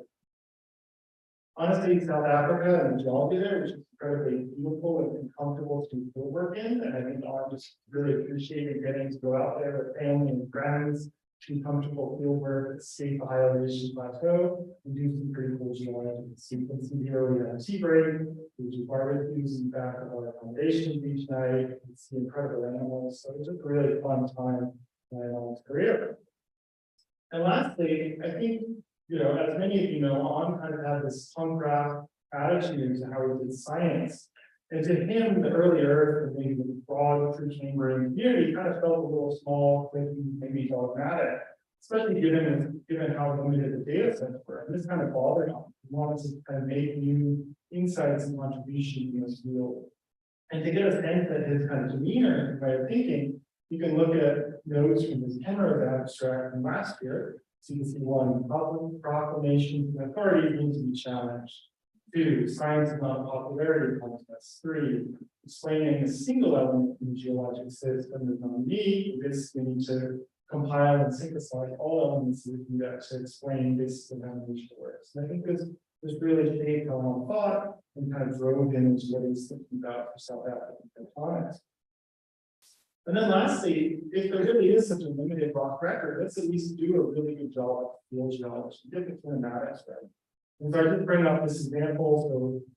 Pre-Cambrian Earth is kind of a common model, dome keel that predicts the dome should go up, the wall rock should go down, and this makes pretty fundamental predictions for the kinematics of the boundary shear zone. Pluton up, wall rock down. Here we are looking at a shear zone in the Barberton belt, Mark, and Peter. When we look at the kinematics and overlay, there's a nice ST fabric here. It's Pluton down kinematics. It's inconsistent with the kind of main working model.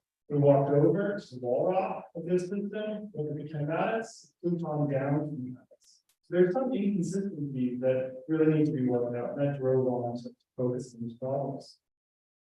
All right, so what's the problem we're trying to solve here? So when did Earth switch from some kind of stagnant grid, kind of non-plate tectonic regime to global plate tectonics? Was it really early in Earth history, as UCLA and Mark's group might say, more than 4 billion years ago? Was it later in the near Proterozoic, as folks like Warren Hamilton and Bob Stern might write? Well, the way Alan attacked this is doing what he knew best, which was Himalayan geology. So if you see evidence for large-scale horizontal motion, you see in the Himalaya today, that's pretty good evidence for plate tectonics is operated. So if you went to India right now, looked at the Himalaya, you can say, yes, plate tectonics was active in sync there. And so we took that approach to explore earlier initiation of plate tectonics. And so what I'm going to focus on is the work he did in the Cocoa Belt of South Africa. And I want to just acknowledge a lot of these slides are actually from he shared a GSA talk in 2014 with me. I also updated it with figures from this 2020 geology paper. So we're going to zoom in to South Africa and we'll focus on the Paleoproterozoic and the Cocoa Belt. This separates the Zimbabwe Craton from the Popwall Craton. This lays within kind of a broader Kalahari Craton. So the Limpopo Belt probably developed mostly around 2 billion years ago. It overprints an earlier 2.6 billion year old event.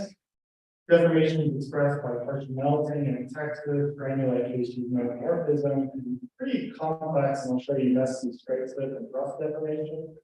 Also really important to this story is something called the Ngondi Belt, which is a younger belt that basically accommodated the collision between the Rehoboth Block in the western part of Kalahari and the joints and moderate cratons. So here we are zooming in the top right on the geologic map of the Rehoboth Belt that I'll put in this paper.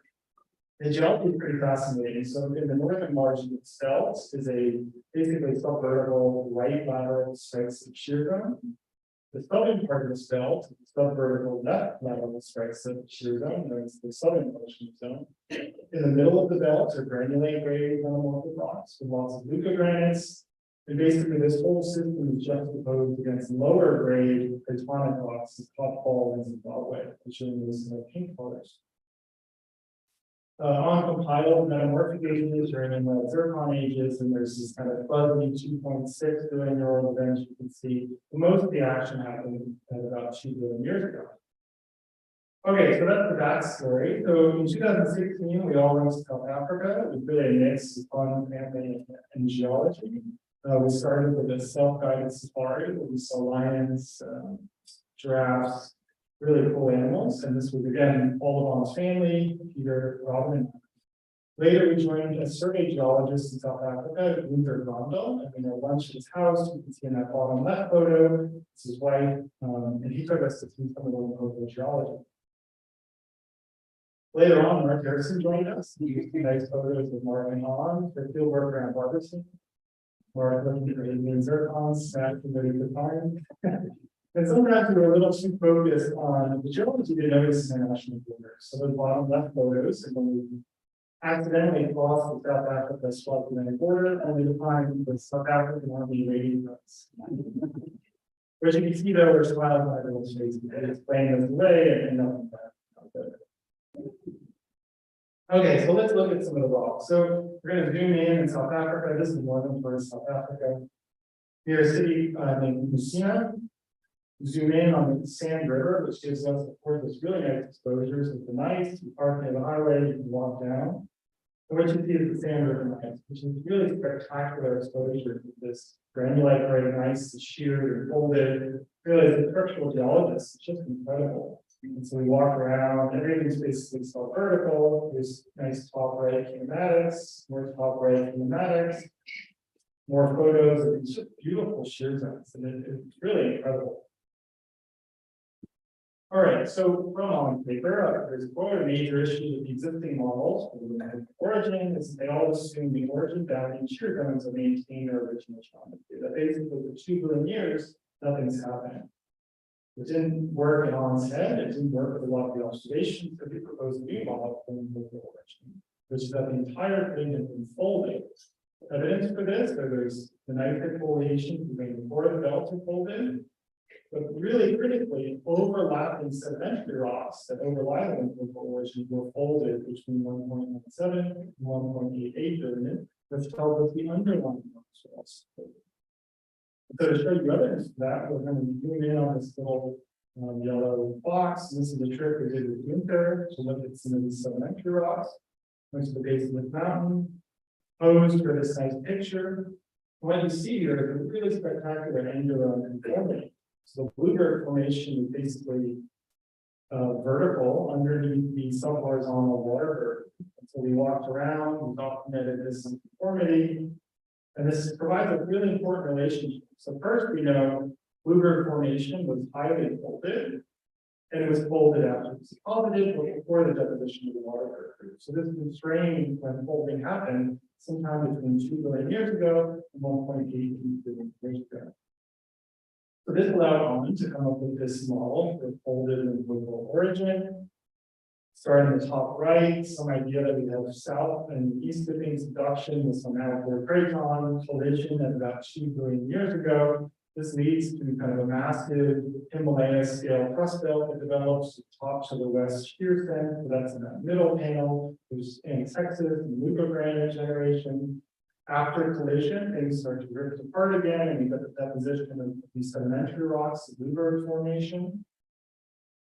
But really importantly, after that, there's a collision with this Lagone kind of origin arc that I mentioned earlier, that would have folded this entire system at about 1.9 billion years ago, including Bluebird formation. And then later, waterbird group sediments were deposited on top of the whole folded and local origin. And what does this explain? So now our apparent right slip and left slip shear zone boundaries were originally a top to the west and a major rough shear zone that was folded to give us the apparent right slip and kinematics. This explains lots of pretty puzzling complex geology in this area. So if you look at this wonderful sand river gneiss, there's always a little asymmetry to it, where in these pictures, the right side is kind of flowing, the left side is basically more parallel. It seems like a detachment to that shear. Well, if you can envision those left sides used to be more of a floor detachment, the right side was paleo up, and this whole system was folded on its side, to make a little bit more sense. Furthermore, there's some shear zones within the system that have alternating kinematics. So the Wallace shear zone is one of them, left lateral, right lateral shear. It started to make sense. You can envision it was basically a big hanging wall to the west thrust fault, then was folded on variable wavelengths, leading to apparent right slip, apparent left slip kinematics. So then all this starts to matter, and again, this is just a quote from a geology paper. Because if we really do have this kind of major scale, large scale horizontal transport, Himalayan style orogeny at 2 billion years ago, we can comfortably say plate tectonics was operating by at least 2 billion years ago. And putting this together, it's just a kind of final couple slides, I was struck by how this model was something that I think On had been working on for the 5 years I helped him with the teaching system, creating the summer field camp for the holes. And I'll show you why I think that. But first, I just want to point out, since this is a science kind of talk, I enjoy teaching some of the, and really enjoy teaching the undergrad students. And that part of this year of being out there and creating kind of the future generation of scientists. And actually, there's some in this room from field camps throughout the years. We had a lot of fun together out in the Folds area. We did a pig roast where we cooked a pig underground for 24 hours. A luau play. It was a lot of fun. Even after I left and went up to Reno, I run our field camp now. I occasionally come down to Bishop in the summer, enjoy running into home and UCLA group. So here's a photo from 2018. Myself, Elijah, Peter Hackroff, Onion, and Coffee meeting up in the pizza factory. So we'll definitely miss that in the future. So where does Polita Folds fit into this? So this is the Google Earth image of Polita Folds. You can see these kind of folded blue rocks. Point out that one of On's master's students, Sarah Byron, did a very beautiful map of the Polita Folds. So I'm going to take those maps, rotate them on their sides. So now north is the left. On's kind of main interpretation of this, at least back in 2015, is that there was some first generation of asymmetric folding. Those folds were truncated by an out-of-sequence thrust fault, and then the whole package was folded without a northeast trending fold edge. And I know that's very complex. And one way On would make things less complex for students was to use some Plato modeling. So that's what I'm going to do in the following slides. I don't have any photos on Plato models, but I made some in my office. And I want to put the disclaimer that I'm not as good at Plato modeling is on. As you can envision, we have some kind of passive margin layer stratigraphy. We fold those with some top to the northeast shear center. We then out of sequence thrust fault those and truncate those folded at the asymmetric fold pair. We then fold this full origin about a northeast trending fold axis and we use a Pluton placement. We then erode support this origin. What you see in the right photo are asymmetric folds, the sharp truncation of the thrust fault, and the general unsupported structure. I think this does a pretty good job matching how Polita folds. So you see the big anti-formal structure with the yellow fold hinge. You see truncation of previously folded layers. And this is not that different from just folded and origin. It's an anti-form rather than a syn form, but it shows how On's mind had been working for basically a decade before it even wrote the paper. I think it's a reasonable assertion that an origin that's 2 billion years old be folded in subsequent events. And so here's just some points about how I think On basically took 3 decades of continental tectonic research in Asia, learned a lot, obviously made great strides in that realm. But all that knowledge he gained really set him up for later planetary and Cambrian geology research. He really applied this kind of whole system-based approach, considering potential for later deformation and adaptation. Most importantly, he had creative insights to his problems. And I think this led to great interpretations, including the Limpopo belt.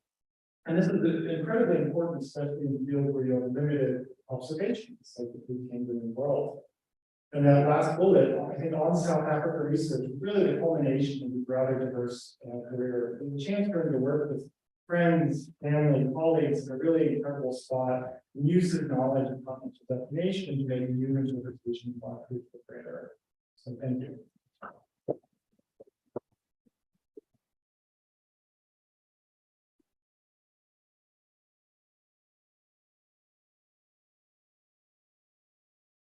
Thank you, Andrew, for that. And you mentioned that On's career prepared him for what he, this diverse field area for what he did later on, which is planetary tectonics. And we're very grateful to Professor Bethany Ellman, is a professor of planetary science in the Geological and Planetary Sciences Division at Caltech School. Is that the right direction? Maybe that's the right direction. She's also the Associate Director of the Keck Institute for Space Studies. She has received many honors, including the AHU James B. McElwain Medal in 2015. She's the winner of the Harold Urey Prize of the American Astronomical Society in 2017. And she has used chemistry and mineralogy to understand planetary surface. Her work was instrumental to understanding Mars' mixing atmosphere and its impact on Mars' changing climate.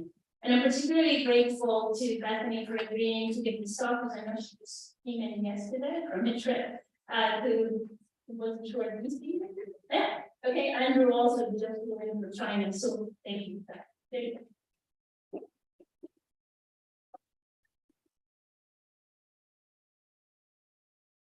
Well, thank you to Carolina for the invitation to speak at this celebration that it's great to see family, friends, and colleagues together to celebrate really what for me was a wonderful colleague who really gone too soon. But in a sense, On has been left me with one final gift. Now, as you may have heard from the introduction, anyone who knows me professionally, I am a planetary scientist. I study the composition of planets. So planetary tectonics, this was my opportunity to learn a lot about planetary tectonics in order to be able to really cover On's legacy in this area. So thank you for the lesson, Professor again. As we heard, and as Marty showed with the graph, I have been wondering on the timing. But On was not restricted by our pale blue dot in terms of the range of his curiosity about large-scale tectonics. And so from about 2010, 2012-ish onward, an ever-increasing number of planetary bodies became part of On's sphere of research with UCLA colleagues and students. These include Mars, our neighboring red planet, Vesta, the second largest asteroid in the asteroid belt, and then the icy moons of Europa and Enceladus. So I'm going to take the time here to tell you about some of On's work on icy worlds as well as Mars. And so in the course of his work and publications on icy worlds, something I was struck in reading the papers is the sort of methodological focus on observing first, then explaining, and then bringing it all together with experiments. And that was the progression of this body of work. And the body of work involved, in many cases, Bob Pappalardo at JPL was co-author on the majority of the papers, along with his PhD student, Aaron Leonard, and I was Andrew Zuka also on one of the Enceladus papers. And so we'll begin here with Enceladus. For those of you who don't think about planets every day, Enceladus is the tiny speck here in the ethereal E-ring of Saturn. And what's interesting and what was revealed by the Cassini mission is that the E-ring is basically created by Enceladus. At its south pole, in its south polar region, Enceladus is letting out water from a global ocean. So Enceladus is a tiny planetary body, small but mighty in terms of its impact on the Saturnian system, and also a keen interest for astrobiology in terms of, well, could there be life in such an ocean? So a characteristic of the emitted water is that it's not just generally coming out from a region of Enceladus, rather the water that's being emitted is ice and gas, and the space is focused. And you can see in this image, spectacular image taken by the Cassini spacecraft, you can see how that water is focused in a few particular areas of the South Pole. In fact, and this is where On comes in, they are associated with these spectacular tectonic features. This is a false color image in the infrared and ultraviolet. It's a visible ultraviolet infrared composite that really highlights the difference of what have been termed tiger stripes. They look for all the world and get tiger just for scratch and claw on the south pole of Enceladus. Of course, that is not how they came to be. And that is where On started explaining these features comes into play. So in 2015, On published a very lengthy paper with Bob Pappalardo delving into these particular features. And it follows kind of the cadence of all of his papers, at least that I've read in the planetary realm, of first observing. Here you can see, on those tiger stripes, pertinent numbers of what On was going to describe to you in the text, followed by interpretation. You can see the dominantly stripes flip faulting in the same direction for all of those tiger stripes, with then thrust and transcompressional areas in some locations, and then correlation relating this to the bigger picture. Where are those jets going off? And it's in the kind of the upper right-hand corner of the screen, and in the central parts of the basin is where that water was coming out, and the mass flux was probably there. Now, so this is now back to the interpretation.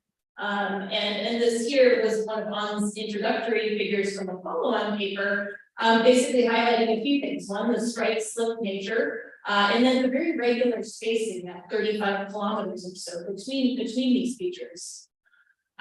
This so summarized previous work.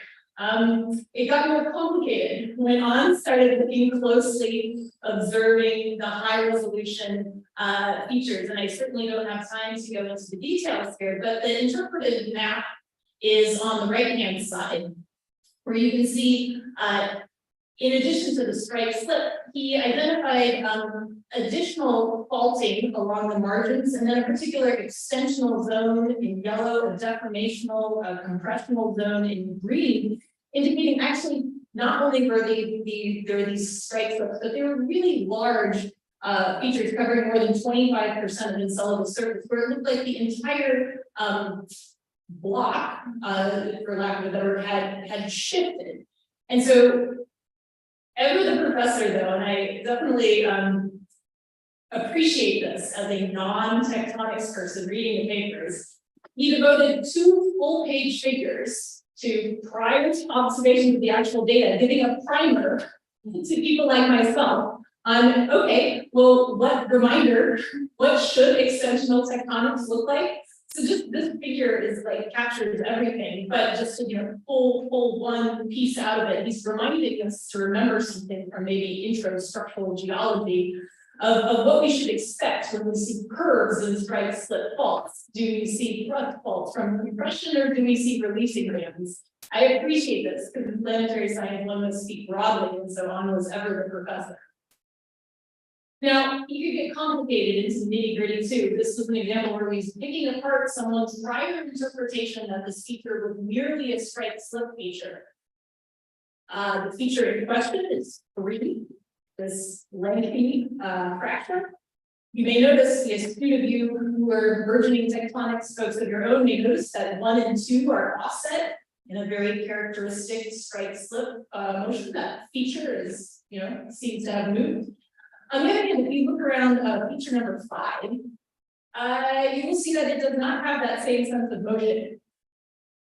So this means the story is more complicated than the previous interpretations, as On was pointing out. And so there were 4 scenarios presented in the paper. But I will just add one here, and the thought is that it's actually a much more complex regime where portions of it are under extension, portions are under compression, and that this is part of the story of this complex part of Enceladus. It's perhaps a little more easy to see the multi-stages in this particular photo, which I also just think is beautiful, where the spacecraft is, catching the limb of Enceladus, so you can see the structure in the 3 dimensions and why it attracted, On's attention. And so you large scale shear with compression creates along E1 and E2 creates the compressional features at number 2. And then in the next step, completely different, you see these small extensional fractures. So having gone through this extension and compression at the bends of the fault, then a subsequent extension process took place. And so the careful observation was really a hallmark of On's work on Enceladus. And so, reminder, if we integrate the approximately 18 figures showing examples of this throughout the paper, it's an example of how much conscientiousness and care he took. Remember, there's the extensional zone and the compressional zone. And so the overall picture, thinking in 3 dimensions, thinking with depth, is that this entire south polar portion of Enceladus has been affected by a thermal anomaly and is on one side undergoing extension, on one side undergoing shortening, while a second episode has induced shear in the region. And so this expression of the fact that the flow-like tectonics are driven by transient thermal events is important because it says something about perhaps why is there water being exuded out into space from these fractures in Enceladus right now, at the very moment we happen to send a spacecraft. What this implies is that we're seeing the tail end of a process that was actually once much more vigorous. So having done the careful observation, the qualitative geologic history, along with Andrew and Bob, he pivoted to the mechanics, and John really covered this in terms of the kinematic discussion, so I'm not going to get into detail here.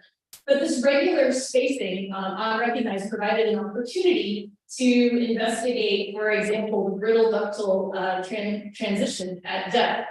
And so this paper was a model of, depending on what one assumed of the rheology, that is the response to stress and the strain response of the upper layer of the cold brittle ice above, how would different types, different cohesions, different strengths of ice react? And so the default model is typically to assume that the ice is fairly strong, in this case with a cohesion of 1 megapascal, and that would imply a 10-kilometer thick crust. By contrast, in the paper in the model, it was shown that if you actually assume something that's more typical of, for example, sea ice, where each slab individually is strong, but as a whole it's weak, because there are different smaller pieces moving together. You instead get a bigger value of the crust that, I'll argue is much more consistent with the observations. So this combination of observation, modeling, is really one of the hallmarks. With Aaron and Bob, he also undertook studies of Europa, so a much larger body, but as you can see on the surface, equally impressive tectonics on this one of Jupiter's Galilean moons. So a feature of Europa, a question that Anne was asking was, can the observation of ridge planes that are seen on Europa, similar to the way there are these ridges on Enceladus, give insight into the ice shelf thicknesses and tectonic mechanisms? So with Aaron, they studied the characteristic length scales of these features, and then this is where experiment came into play. So they did this melding. So we saw the sand layer, the putty layer. That's that brittle ductile transition on the in-between here, and simulating, and this is what can happen using the lab here at UCLA. And so Aaron, An, and co-authors found, and they tested various patterns. You can see here what happens if you take your layer of sand or your layer of putty and you're deforming ductily that underlying layer. What happens with when you're in compression or extension for various thicknesses of that upper layer, various proportions of that upper layer. And indeed, the patterning is quite different, even if you're not an expert in tectonics. You can see that there are some observations then that we could apply to planetary bodies to understand what's going on. And in fact, that's what Leonard et al. Did. So here you see just showing the nature of the relationships in terms of the spacing of the ridges as a function of the thickness of the lithosphere. How in certain regimes you had a dominance of folding versus thrusting. And then the rigor of comparing the results of these experiments to various characteristics from European tectonics to conclude that the European ridge tectonics are most consistent with being formed in a compression episode, that is the ice shelf shrinking in response to cooling rather than extension. So on these bodies of the icy worlds of the outer solar system where quite honestly the tectonics are spectacular and they're there for everyone to observe in these fractured ice surfaces, An was making a great contribution. And he got started in planetary science, though, I believe, with Mars, and the particular Mars feature that you see here, Valles Marineris, the largest canyon in the solar system. So on Mars, same thing, careful observation, observing. But I would say the next action I would say is challenging, because An took an unconventional position on Martian geology, but then connecting people and connecting techniques. So Valles Marineris, as mentioned, is the largest canyon in the solar system. How large is it? It's so large that you could spread it inside of the entire continental United States. In proportion to the Grand Canyon, it makes the Grand Canyon look tiny in terms of depth. So it's perhaps not surprising that this was an attractive feature to try to explain. To give you a little bit more context, though, this is a topographic map of Mars, where if you see the purple and blue tones, it's low. If you see the yellow-red tones, it's high. And so you can appreciate that Valles Marineris is actually located on a kind of special location. There's this dichotomy boundary, this big depression that occupies nearly a third of the northern part of Mars, the northern lowlands and the southern highlands. And then kind of like breaking up what is otherwise a pretty circular boundary is this enormous pile of things that looks like they have volcanic cones on top of it. Those are volcanoes, they're the tallest volcanoes in the solar system, including Olympus Mons. And it's Valles Marineris that cuts quasi east-west across that boundary. So in 2012, and these were the first papers I could find in planetary science, so I think these were the first contributions. They were collectively 91 pages. So the first contribution was pretty epic. They contain the usual careful set of observations. Here we're looking at the Valles Marineris floor and seeing this striped slip faulting highlighted by on the floor. At a different location, you can see a volcanic ridge being cross-cut by these striped slip faults. And collectively, the set of observations over the whole width of the canyon that we went through in this paper implies a sliding block system where the southernmost block is going to the east, northern to the west, and it's creating these faults in the trough in the valley floor. And if we look at the overall system of both an extension going on as well as a kind of pulling apart of the easternmost part of those basins, like a great set of observations and a sort of three-dimensional explanation. Anna did not stop there because he had noticed some of the large-scale structures that I thought were consistent with plate tectonics. And we saw the figure from Andrew, the first. The press discovered in some of the first evidence of plate tectonics on Mars. The hypothesis was that impact-induced volcanism could induce melting, that then induced volcanic loading, that then induced the initiation of plate tectonic processes, including slabs subducting underneath these volcanic units eventually from both sides, with a later episode of extension. And indeed argued in one of these two papers that not only was this important perhaps on Mars, but also perhaps the mechanism for early Earth. What drove onto that was not solely the striped slip tectonics in the paper, but the noticing that there are some other kind of, I would say, less well-explained features in this area, but they're not just volcanic cones. You can see that there are some structures that look considerably more complex. Near the Talmesa region, where you see these folded, kind of more wrinkled looking mountains with perhaps impressional features that are more consistent with tectonics than any other explanation. Now, this is not the classic Mars hypothesis for how Valles Marineris formed. The classic hypothesis is that there is a large impact basin at the north that you can kind of see in the middle lower picture. And that then superimposed on the edge of that basin, fed by a mantle plume, is this large volcanic complex that's been largely stable for 4 billion years. And that Valles Marineris, effectively, if you look at the stress regime, is sort of a collapse feature as some of it is effectively sliding at large scale into the basin.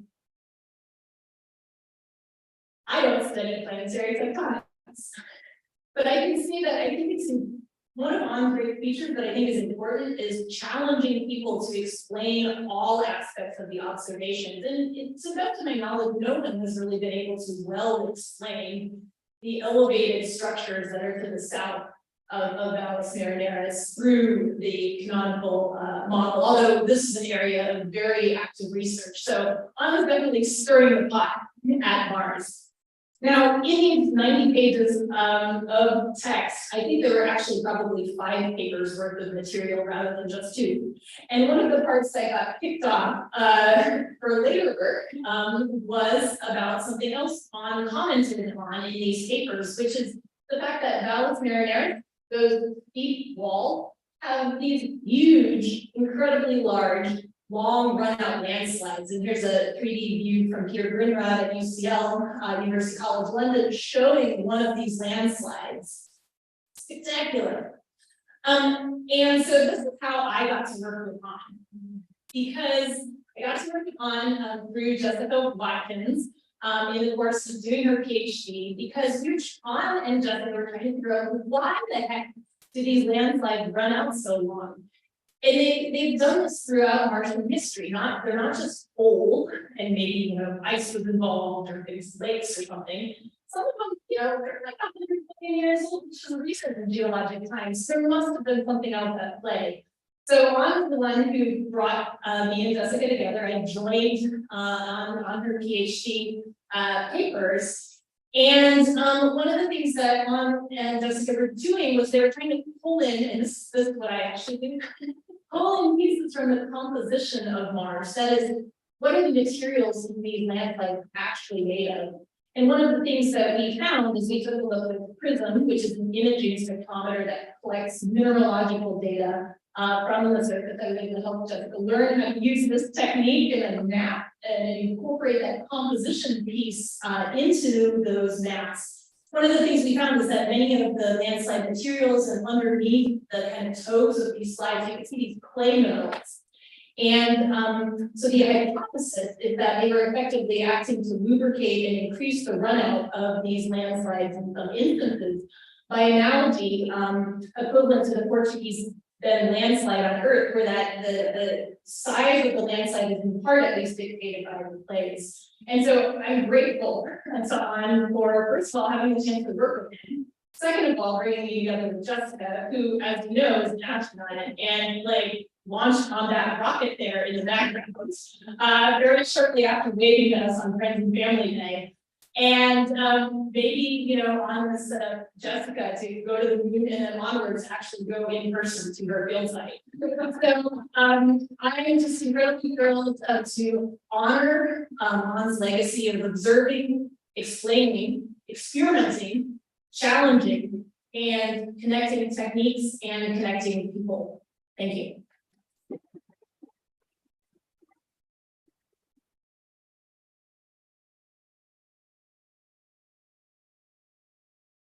Thank you very much, Bethany. We are now, we're coming towards the end of the more formal program. And the last presentation is going to be from England. He's a professor at the Institute of Tibetan Plateau Research in Peking. And in fact, he is streaming there right now. And I think I said it before, there are about 80 people there. During his distinguished career, he has made important field observations across virtually the whole collision front, leading to a vastly improved understanding of the spatially variable timing of the Indo-Asian collision and uplift of the Tibetan Plateau. He is the member of the Chinese Academy of Sciences, and I think we are, yeah, and he is going to present Can you hear me? Han Zhang. Hi. Hi.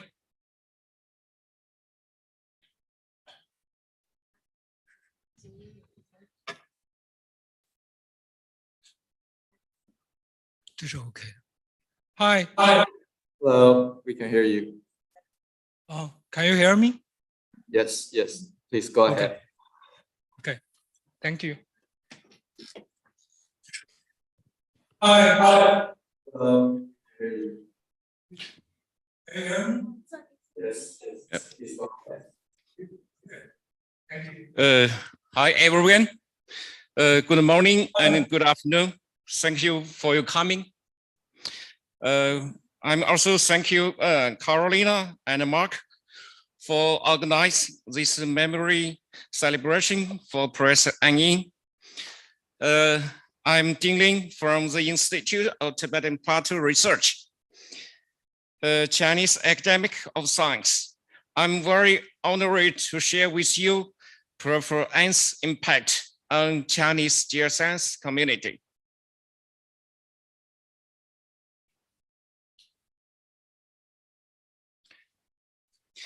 From 1997, we got to know each other and start to collaboration in Tibetan Plateau research.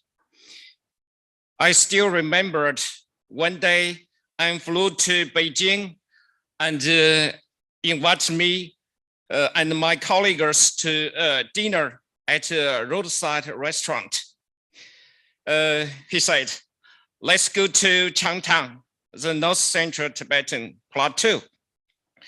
That is the most dangerous wilderness of this planetary. Can you hear me? Han Zhang?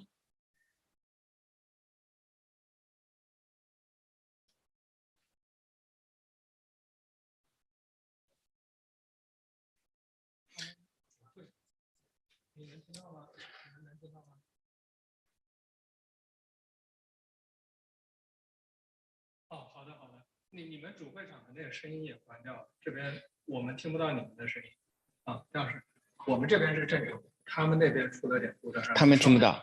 对，他们可以听得到，但是可能传播有点问题。您稍等。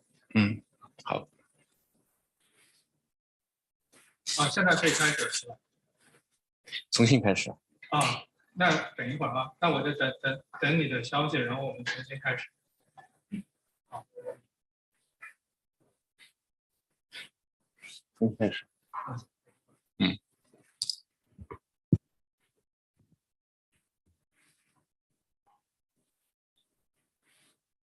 但是他们那个镜头也切到这边。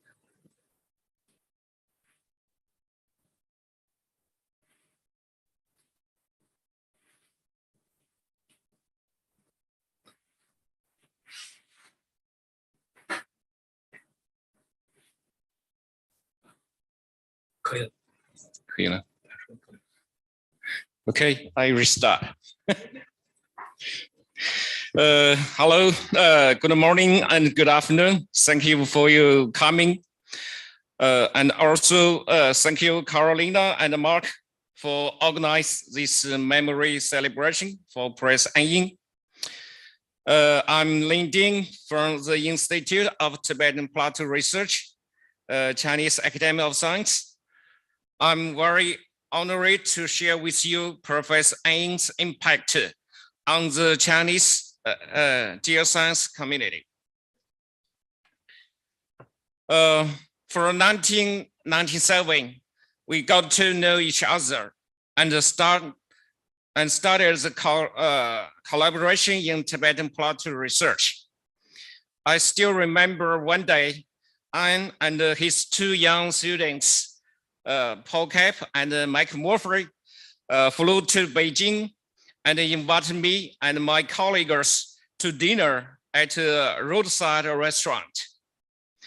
He said, let's go to the Changtang Tibetan Plateau. That is the most dangerous wilderness of this planet. Here is the outline of my presentation, including scientific contribution, international communications, cultivation of young Chinese geologists, academic lectures and classes. I will start with the scientific contributions of An Ying to the Chinese geoscience. One thing An Ying can tell us is to avoid use of adjective and adverbs in scientific writing. No. 我远点。或者把这个麦克风关掉。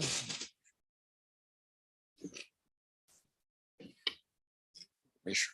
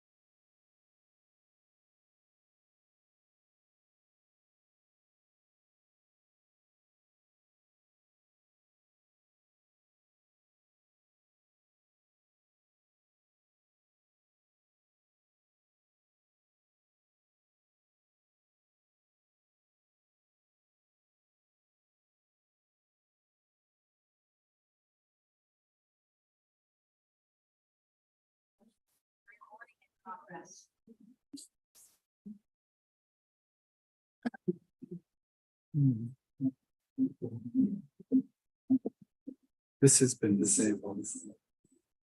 Yeah. The videographer needs to.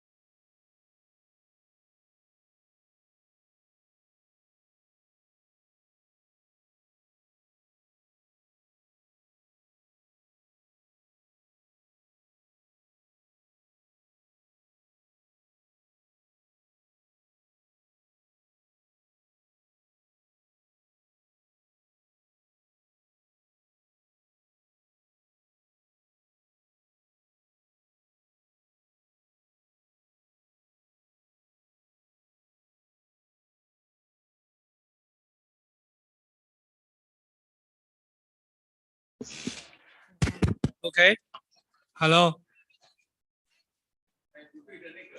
嗨，我们听得见的，Hello，嗨，可以可以了，可以了。可以吗？现在？可以。现在那有回音吗？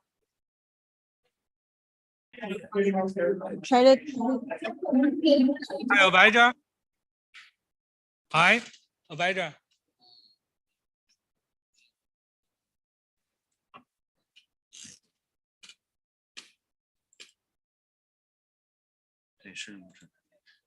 喂喂。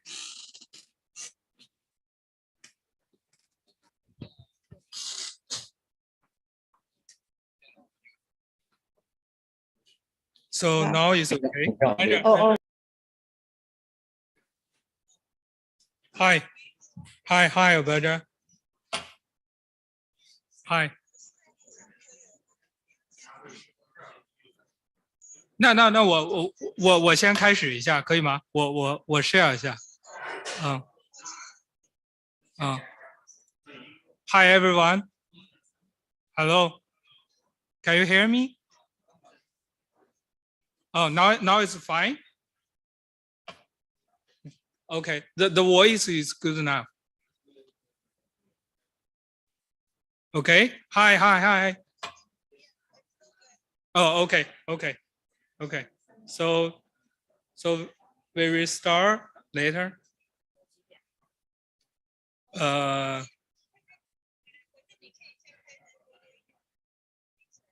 OK，我 OK，can you hear me now here？ 好 ，test test test test test test test test test test。Here is clear.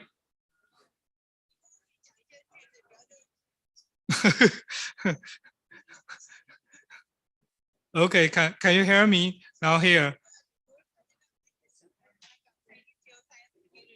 Okay, onion impact on Chinese geoscience community.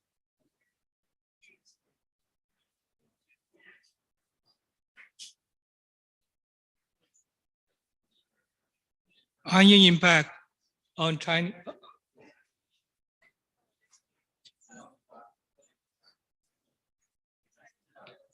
Onion impact on Chinese geoscience community.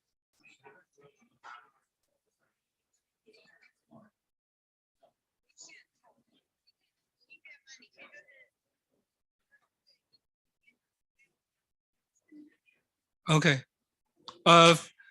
From 1997, we got to know each other and studied. Can you hear me? In Tibet. Okay. This is online.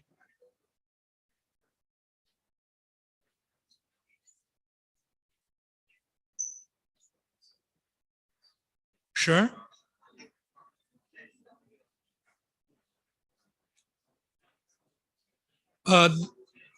This is a scientific company. 麦克风，你要不试一下麦克风？这好像有个直播的麦克风，还有这个笔记哦本也。那 OK 没有问题就好。那我们是几点开始？你定个时间。3分钟、5分钟之后。OK， 我再念一句 ，On's first publication about Chinese geology wins 上有 ，which opens OK。Why？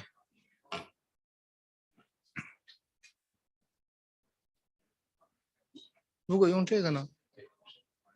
电脑里的麦克风这个也闭一下。有的时候2个可能会干扰。不，它现在只有一个输入。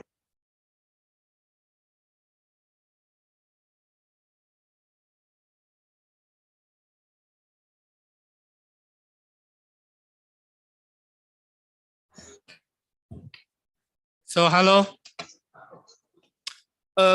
We just open one microphone.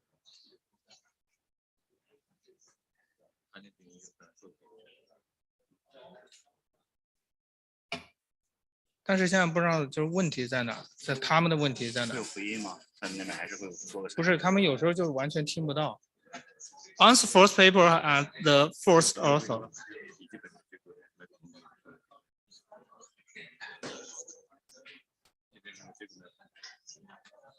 用的是整体的这个，这样大家我们也知道。有个好，要不要试一试笔记本这个？那可能我们就分析。但是很奇怪，为什么这个摄像头也没有切过来？哎，你好。哦。他们那边能看到我们视频吗？这个是他们的视频。点共享的视频。我点过。这个是在视频。这个是，这个是那个摄像头的麦克风，但是他们应该是没有连接。然后这个是笔记本的麦克风。这个是吧？上面那个是笔记本的麦克风。这个。对。如果现在呢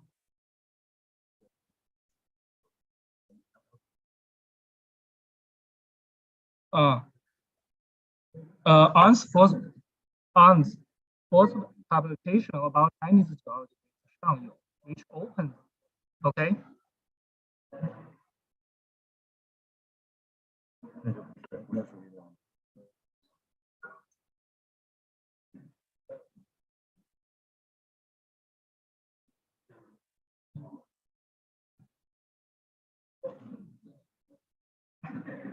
on fourth paper as the first author. 可以吗？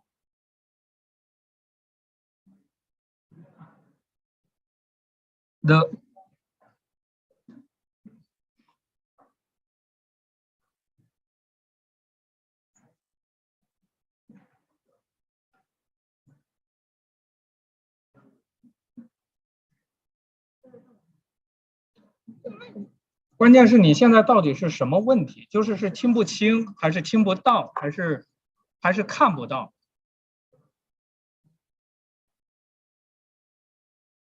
他们有10个人在巴拉巴拉巴拉。啊。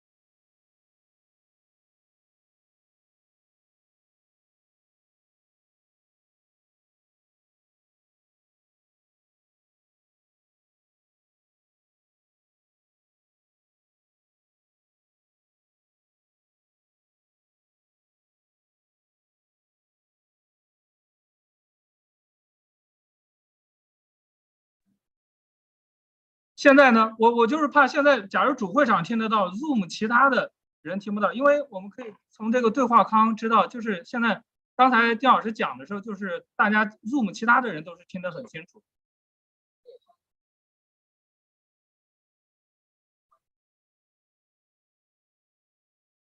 哦，那现在是 OK 吗？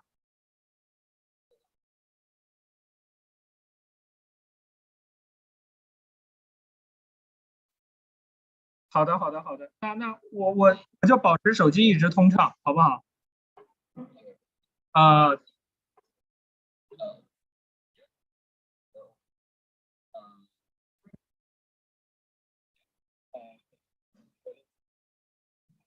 好，那就等卡琳娜讲。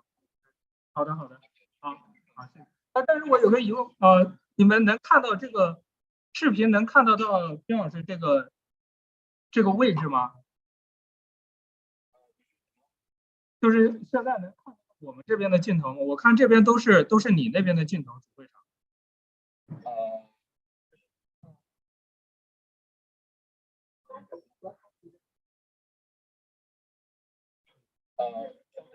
OK，能看到就 OK。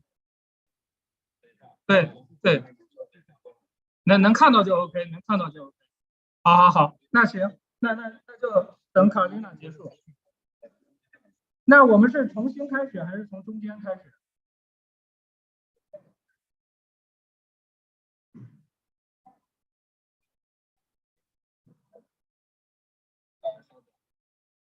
？OK， 抱歉。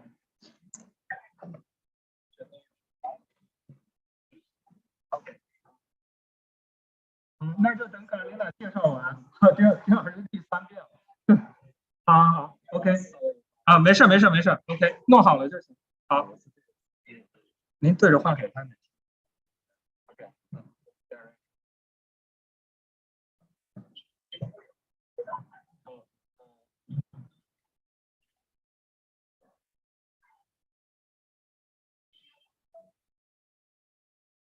You think the previous records, but so the technology gods are not with us. So we actually try to restart. So say the seats here. So we invite and they make these try and see.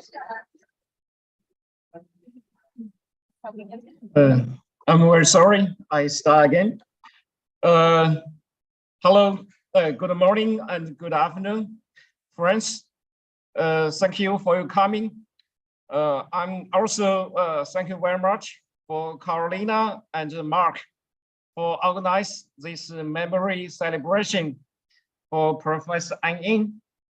I'm Lin from the Institute of Tibetan Plateau Research, Chinese Academy of Science. I'm very honored to share with you Professor An Ying's impact on the Chinese geoscience community.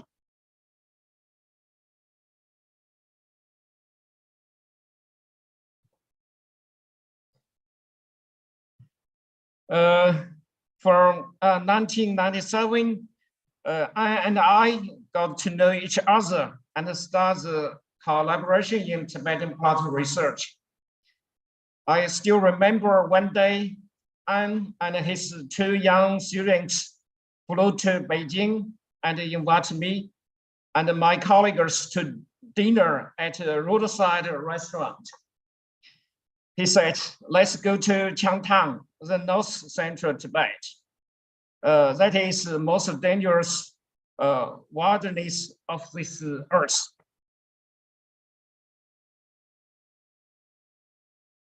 Here's the outline of my presentation, including scientific contribution, international communications, culture of young Chinese geologists, academic lectures and classes. I will start with the scientific contribution of An's to the Chinese geoscience.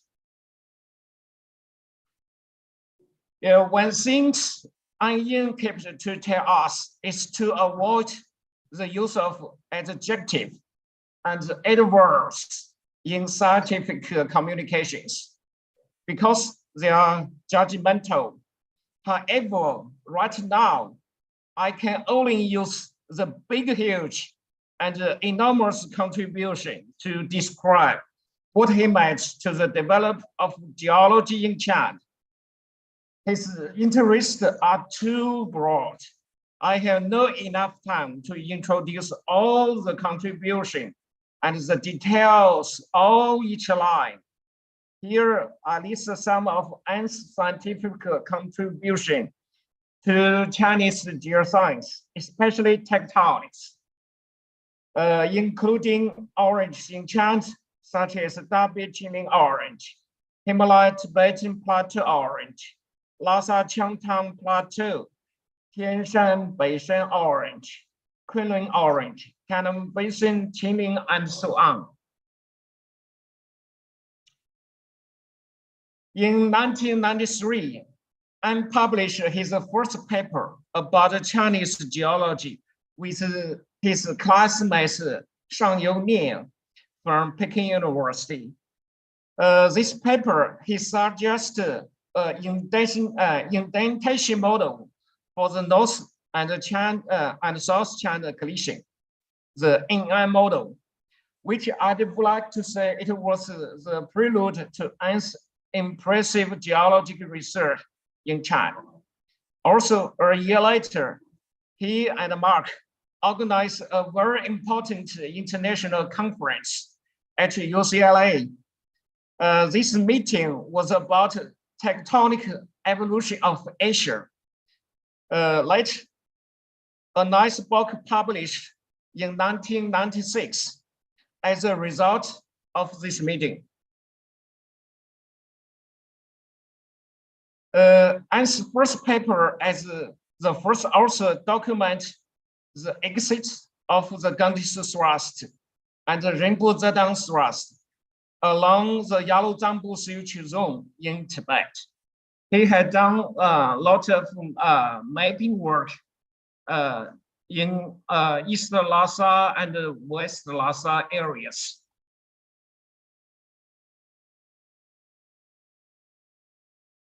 I believe everyone knows his contribution to the continental tectonics and the evolution of Himalaya Tibet.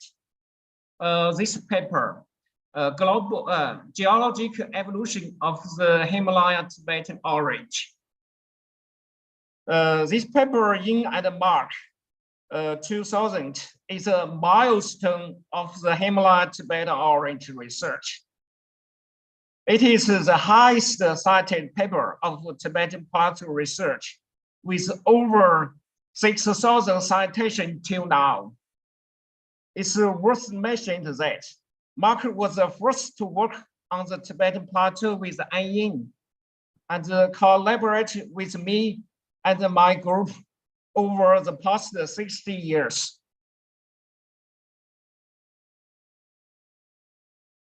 The Himalaya is a classical example of an orogenic system created by continent-continent collision. This paper is a textbook-like review paper. In 2006, he systematically reviewed the essential observation relevant to the along strike variation of a Himalaya geological framework and its role in Cenozoic Himalaya excavation, metamorphism, and foreland sedimentation. Maybe Murphy will go in detail of this paper.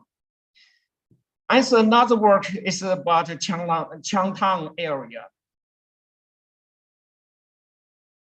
Changtang is a place where Yin An began his research on the north central Tibet. And 1997 was also the 100th anniversary of Superintending expedition to Tibet, where he first discovered the blue schist rock. This year's fieldwork was very productive.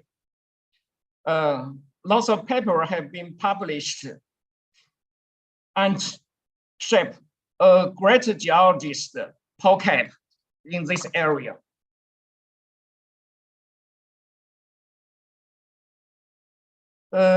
Another work I have worked is about Lhasa Changtang Plateau.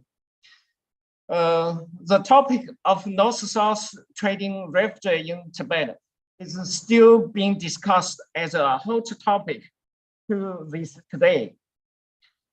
And in 2000, JGR paper brought this issue to everyone's attention, and he correctly calculated the law on the development of this rift in Tibet and further discussed the dynamic mechanics suggest a common origin of lithosphere splitting during Indo-Asia collision.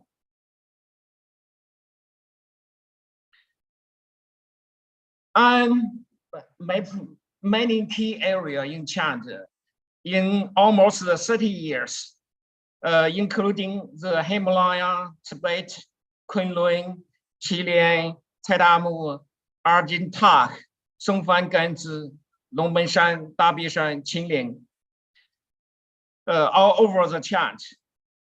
The Tianshan Basin Orange paper published in 1998. Structure, sedimentology, magnetic stratigraph, and thermochronological investigation was conducted in the South China Tianshan and further suggests a late Cenozoic tectonic history. He's a pioneer in Cenozoic structures and deformation history in Asia. He always emphasized structure mapping and field observations and pay more attention to making the cross section. He often tells us if a profile is balanced, then it may be right. If a profile is unbalanced, then it must be wrong. He's a balanced Tianshan cross sections. The emetics.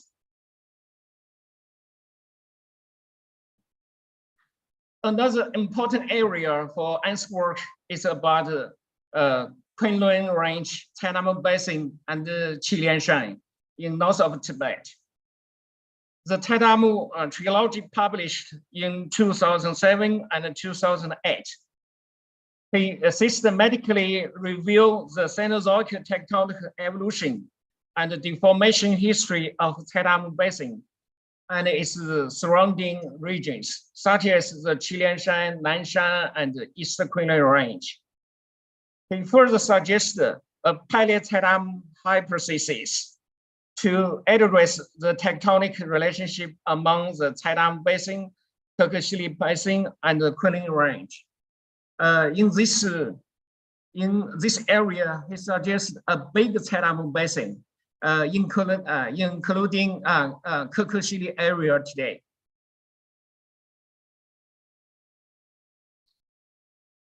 The second part I would like to share is international communication with the Chinese geoscience community.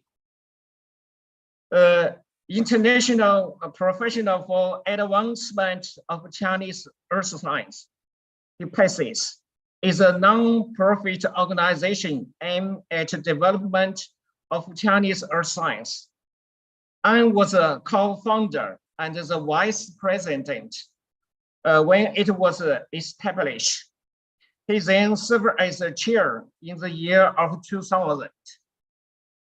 The organization consists of Chinese scholars and professionals in the field of earth science who work overseas. Up to now, it has over 100 members and holds annual meetings and special seminars. I was an active member and promote the spirit of this organization from the bottom of his heart.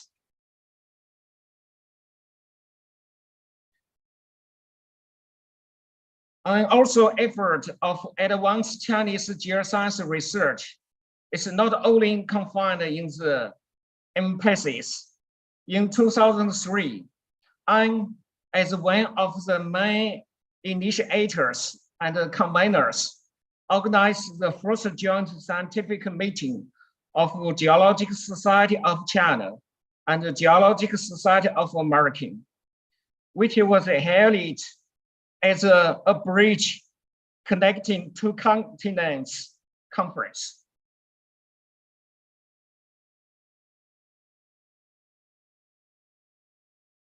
I always emphasize field observations. Modern geology conception arose from the field site in West America. The application of these concepts require a conscious understanding of these models. To achieve this, the direct way is to go into the field size, where this model was proposed, and lead several field trips to provide Chinese scholars with a chance. The trips connect field sites including San Francisco Melange, San Andreas Fort, Snowball Earth, Laramida Orange, Sierra Nevada Fossils, Impact Craters. The intense field trips were accompanied with presentations and discussions on the research project of the attenders.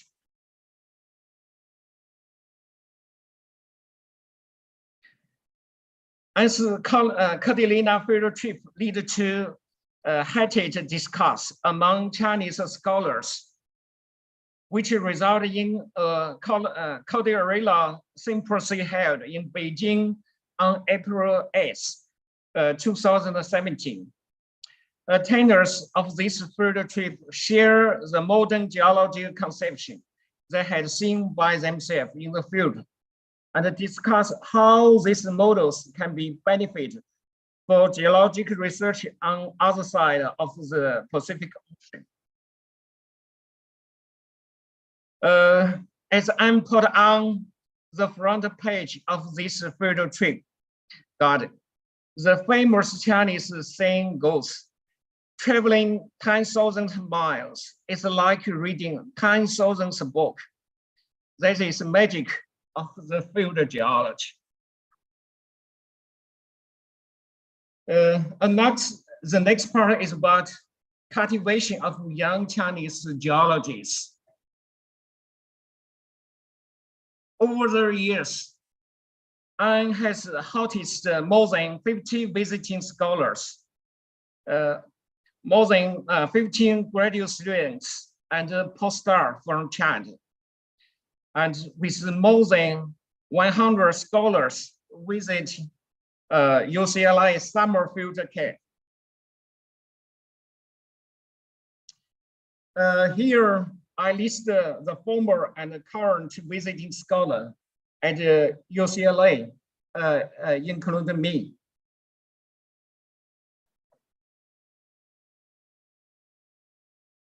They all work in different university and geological research institutes in China. And they are going to influence more and more young geologists in China.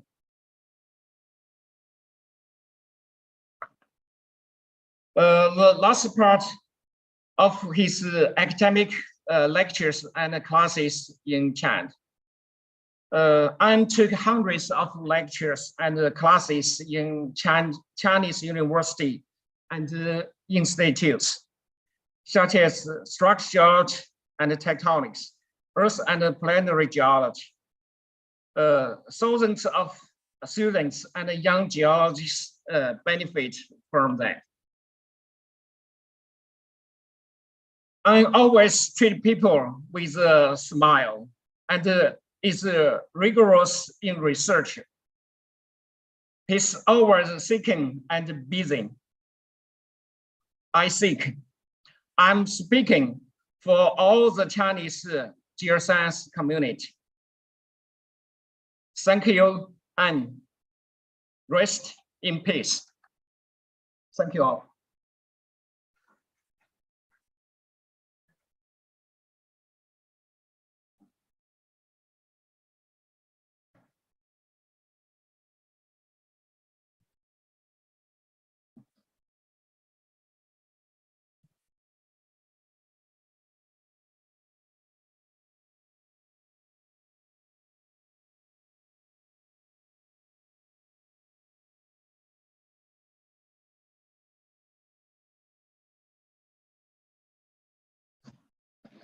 Want to come up and talk. And in fact, our first one that is volunteered is Jessica Watkins. So.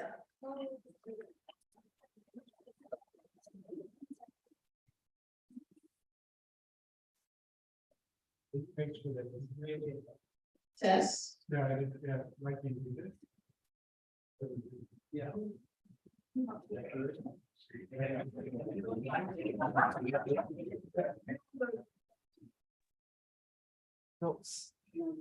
Can you hear us?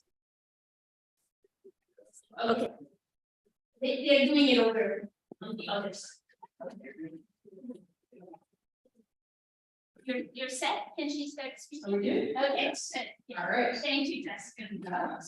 Thank you. Thank you all so much for being here, for having me, and for giving me the opportunity to speak a little bit. As was mentioned, I was on PhD student from 2010 to 2015, and I worked with him on the replacement mechanisms of large landslides on Mars and on Earth as well. So much of who I am as a scientist, a researcher, an explorer, I owe to my time here in this department with as my mentor and advisor. It's amazing to me just having everybody here together in the room. What an amazing testament this is to the scientific legacy. And I'm just honored to be here and to be a part of it. I learned many lessons from many academic, scientific, geologic lessons, and otherwise as well. And I'd like to share a few of them with you. What's interesting is that over the course of the day, these lessons won't sound unique to you or new to you. Over the course of hearing from all of On's legacy, all of the people that On's impacted, you'll hear these lessons have already been brought up today. And I think that says so much about his impact across the years, across fields, across continents, that we all were beneficiaries of On's consistency as a scientist and a person. So the first lesson that I want to share with you, it was really important to me to learn from On, was to not let the magnitude of your idea stop you from pursuing it. You'll see, you've heard in numerous ways how On had really big ideas. That is not a new concept to anyone in the room. And applying fundamental principles governing the Tibetan plateau to the furthest reaches of our solar system. He had no problem attempting to do that. And this was true for him professionally, but also true personally and personally to me. On knew that I wanted to be an astronaut when I first applied to come to this department and to work with him. And he was always one of my biggest supporters. He, I think, always believed in it more than I did, honestly. And I think that was probably because he was used to big ideas. And so I am so grateful that he did. The second lesson that I learned from On is that success starts with connection. Bethany called this out explicitly, but On was so great at making connections, both scientifically as well as the human connection side of things. And I think in the field is such a great example of On doing both of those things. In the field is where On just had an incredible ability to make connections within a given field site, but then across field sites as well, across planetary surfaces even, but being able to see a similar structure or formation in one area and be able to apply that same technique to a relevant feature in another area or on another planet is just absolutely incredible. And putting those pieces together and drawing those connections. But also in the field, what I enjoyed so much about spending time in the field with On was his understanding of the importance of the campfire as well. So go out, spend all day, looking at rocks, and then coming back to the campfire and spending time together, getting to know one another, building that community, building those connections in a different way, but in an equally as important way. I think is one of the reasons that made him such an incredible instructor and professor and mentor. The third lesson that I learned from On was find something that you love. So I think emanating from everybody's talks today, in various different fields, was that had just an incredible excitement and passion for what he was doing. The saying is true that if you love what you do, that you'll never work a day in your life. And I think honestly, it was the absolute epitome of that.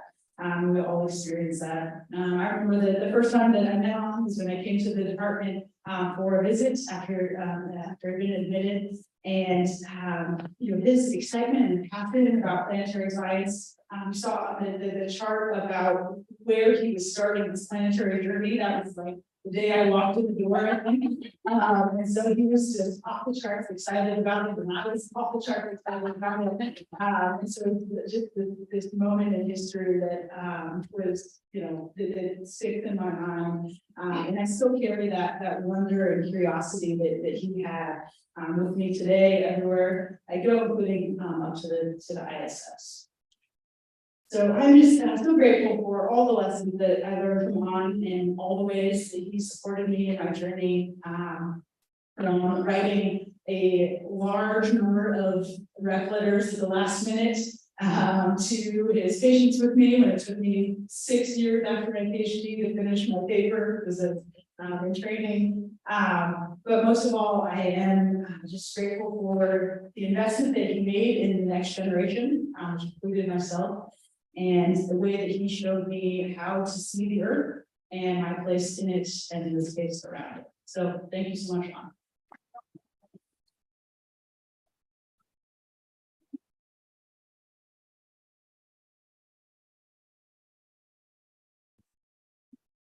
That was wonderful. And do you want to?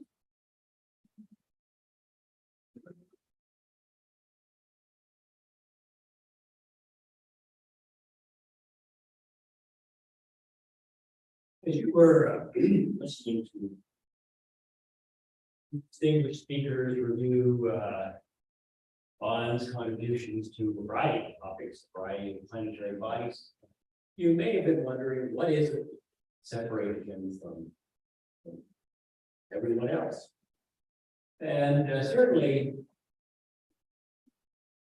the answer that comes to my mind immediately is that he was smarter and more creative than Reynolds.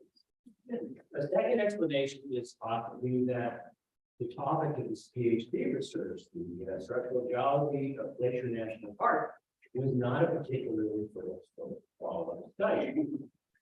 Now, either that were true, or say it wasn't true, On did not know that. Despite the fact that he became best known as the global authority in ocean tectonics, he did not come to this field easily. Yeah, I arrived at UCLA in 1989 with amateur enthusiasm to understand the planet, and I was delighted to discover that the newly hired structured tectonics guy not only spoke Mandarin, but he didn't need a permit to go to the roof of the world. So I was confident that he would join our investigative effort in a newly open part of his homeland, but he demurred, saying that he had a career's worth of work to follow up on in northwestern Montana. Fast forward 2 years, we're in Liquidus. That's our Friday Beer Club, non-verbal. I was describing a contrived model to explain our phenomenological research to colleagues. On was behind us, and he interrupted, saying, the obvious explanation to describe your age pattern is that there's a crustal kelp that runs across the collision zone. Now, the fact that this megathreat didn't appear on anybody's map didn't really seem to faze him. And but it did. It led to a speculative paper we put in Science, and it informed our sampling strategy for the next expedition, during which time the relevant feature, again, VC crust, was discovered. So this sort of intellectual courage, fascinating, but it seemed that his face, that it rose from his sense of being a perpetual outsider, and this persisted. No matter how many honors his establishment showered it with, he still felt this decision, which was good because it made it almost nobody's idea of how this or any other planet worked.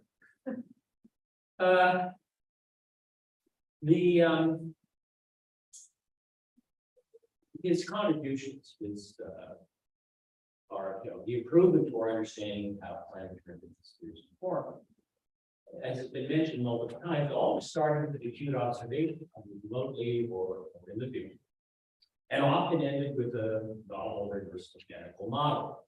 Now, the in-between parts could be messy and hard to describe, and not every idea was there at the time. And this, in fact, was stated boldly to me in a semi-public venue by a jealous colleague who said, half of Onions' ideas are rubbish. And I didn't disagree, but I said that since he has 10 times more ideas than the rest of us, 5 times further ahead. His rebellious spirit, which we touched on, it was manifested in most aspects of his personal and professional life. I recall him declaring in his self-statement that the required GC employees who included our advanced dossiers, that this was nothing more than what had been demanded of him in writing self-criticism during the Cultural Revolution. Now, those troubling times were never far from the service, and this was driven on the enforcement. One night into bed, I was awoken by the sound of his fist crashing into the cable that separated our bed and hotel. And as he was nursing his bruised hand, he said that he had again a recurring dream of a fight that he wasn't able to avoid with, as I understood, a Revolutionary Guard on a train. Now, working with him was not just intellectually stimulating. When he wasn't using furniture, it was very fun as well. The early years of that, the conditions were pretty primitive, challenging. We were in problem-solving mode most of the time. That could have led to stressful situations.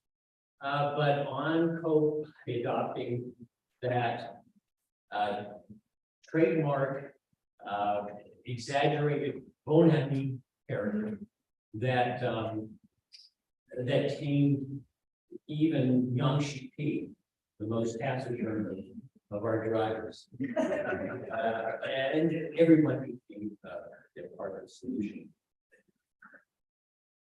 Of course, he did have some quirks that took some getting used to. He would always, and I mean invariably, say south when he meant north, and north when he meant south. I've come to see this as a mark of all great structural jobs. And he was about as big a hypochondriac as I was too. It's over 2 months now since his passing, and that the shock has subsided. I've started to dwell on just how much less interesting my life would have been, both personally and professionally, without him. I was immensely privileged to know him and witness his brilliance close up. And I've come to see the pain of his loss as a small price to pay for the inspiration, love, and support that I got from my friend for over 30 years. On thank you for that. And geologists will be talking about you now. Thanks.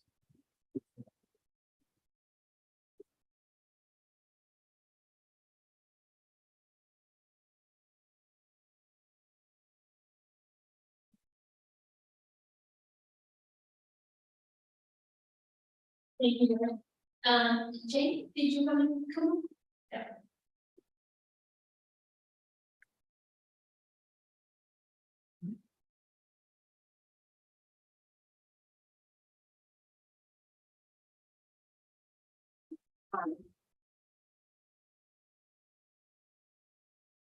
Hello, everybody. My name is Jane. I'm the wife of Professor PSS Professor J. William Bill Shaw. I'm in the distinguished professor of EPSS, often address me as Auntie Jane. We are family. In essence, I have lost a beloved nephew. EPSS law, an eminent professor. One was energetic. You students surely have observed him in classes, in the field, as he delivered his wisdom of the earth. Many times offered on and his son Daniel, I haven't seen him on many times today. And or his daughter, Hannah, stepped in for my husband and me at the UCLA Poly Pavilion for the basketball. Cheering for the Bruins. So today, let us share for our audience. Let us say, I'm in, we love you, we are proud of you. Okay, everybody. I'm in, we love you, we are proud of you. Once again.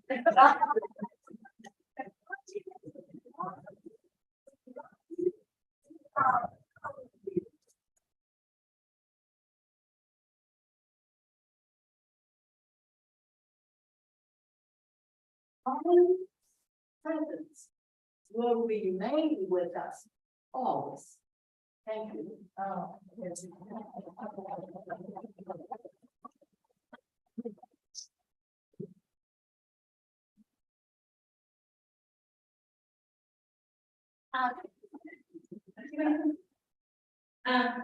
Is there someone in Zoom? We'll have one more person and we'll do someone in Zoom. Okay.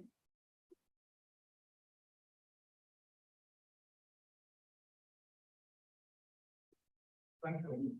Okay. Thank you.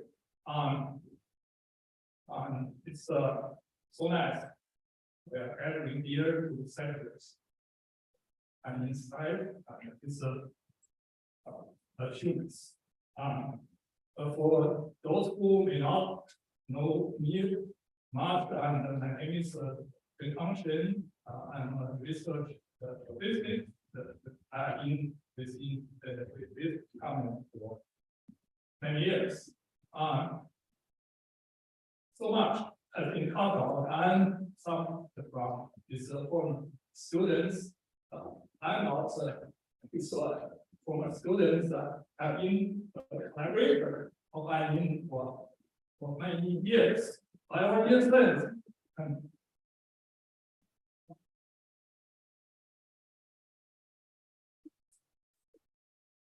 I was also a student of IIN because he has taught me so much. I've known him for over 4 decades because we were fellow alumni beginning to see back in the late 70s and early 80s, and we graduated from that university at the same time. Also, we didn't know each other quite well since people from different departments. But as time fast forward, during the mid-1990s, we were both at UCLA, and at that time, IIN was preparing a major NSF proposal to study economic deformation of the cotton fault system, which is located at the northern edge of the Atlantic Plateau. And he invited me to join the effort on adding one component of using GPS to measure present data formation of that fault system. I gladly accepted the challenge. At the very first meeting with him, I told him that I really know very little of economics. He was responding to me as I still remember. He said, "No problem, just come on me. I'm the living encyclopedia." Economics. Indeed, in the following years, I learned so much about living encyclopedia. So he turned me to advance fast forward into this field and get me to the forefront of the research.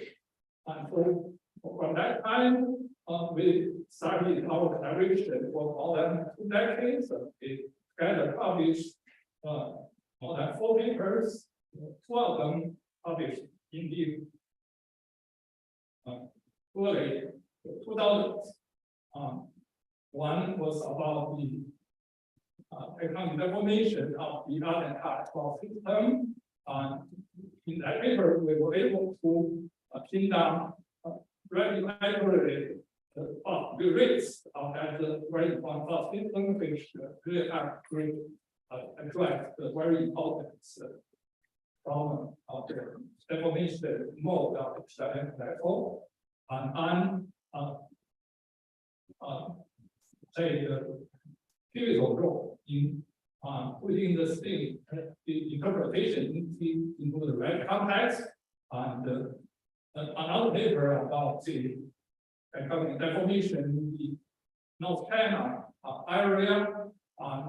In that paper, we were able to confirm that the Jiangnakou water setting boom was the major deformation system in North China. That was very important, very critical to understand the set color in metropolitan areas in North China.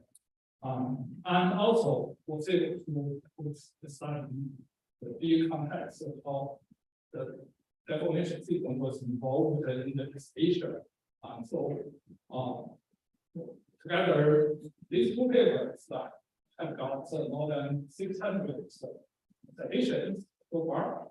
And so together we need have got some contributions, some impact in the research field. But now I'd like to talk about this not just is the big confusion, but also the kind of question I really know. In the years, I have 2 stories to share here.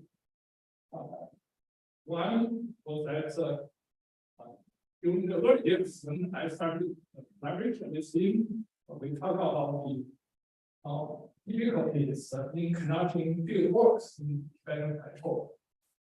We know that's very hard natural conditions and interior logistics they will have to repair with, and sometimes also you have to go through a whole layer of bureaucratic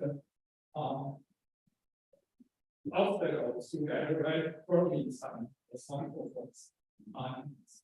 Yeah, even to that one time, one told that during one week of traffic level filtrates, one of the drivers from the rental car, they are carrying stuff in the middle of nowhere, starting to ask double head.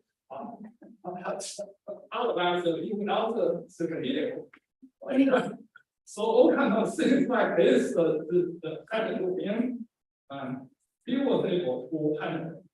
And for all of that, he told me that the people got frustrated and got intimidated for this kind of hard work. He always had all of that makes it so enjoyable and challenging and worthwhile to do. So if he makes this kind of challenging, I what he would enjoy the most is that if you don't have that, you wouldn't feel that much reward. I mean, accomplish this kind of work, and you could probably feel proud of what kind of things so conventional and so easy to do. So that kind of the attitude, truly, it basically distinguished from others.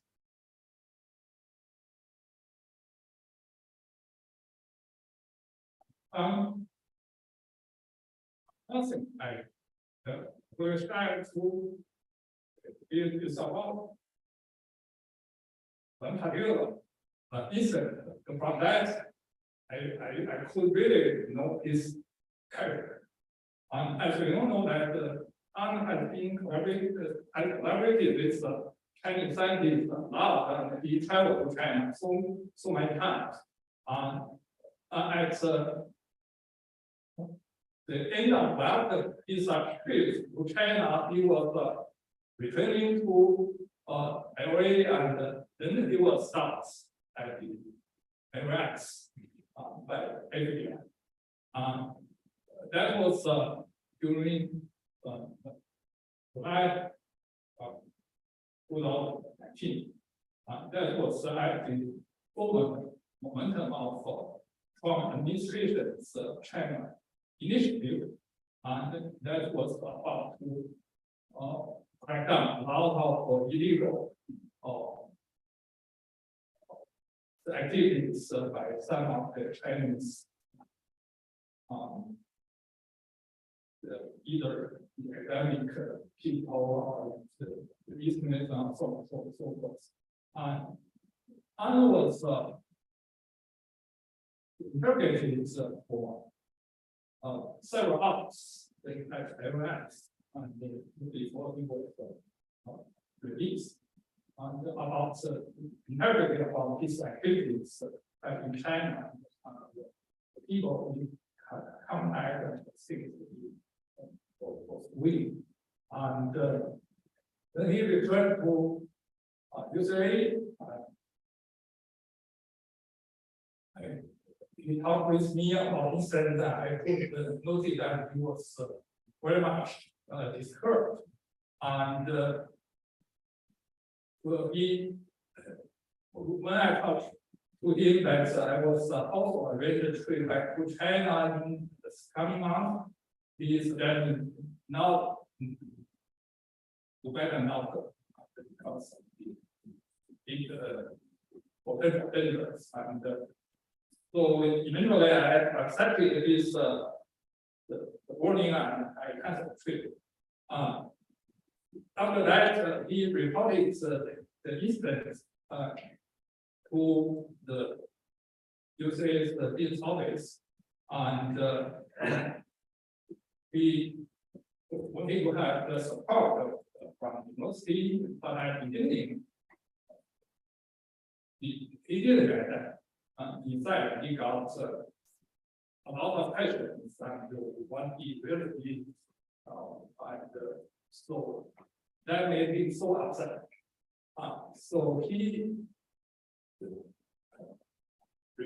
responded to these topics, saying that what I have done all for the name of science, for the advancement of the science in China and in the US, so I've done nothing wrong.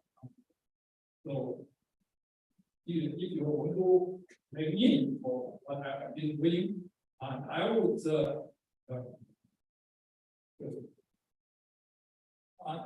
make this to the public, to the press. So he wrote an open letter to the university about I'm not sure this is appropriate for this meeting. Okay. Yeah, but so let me get to the end. We're very fast forward. I think University mentioned the data rights and got some both part of it for what he had. But from that let me know is the true action. And so he is a strong conviction for what he has been doing and his integrity. And so for all of that, I'm missing him. And but you will always remember the kind of person he is and what he has done for the science and the community. So for that, I will stop here. Thank you.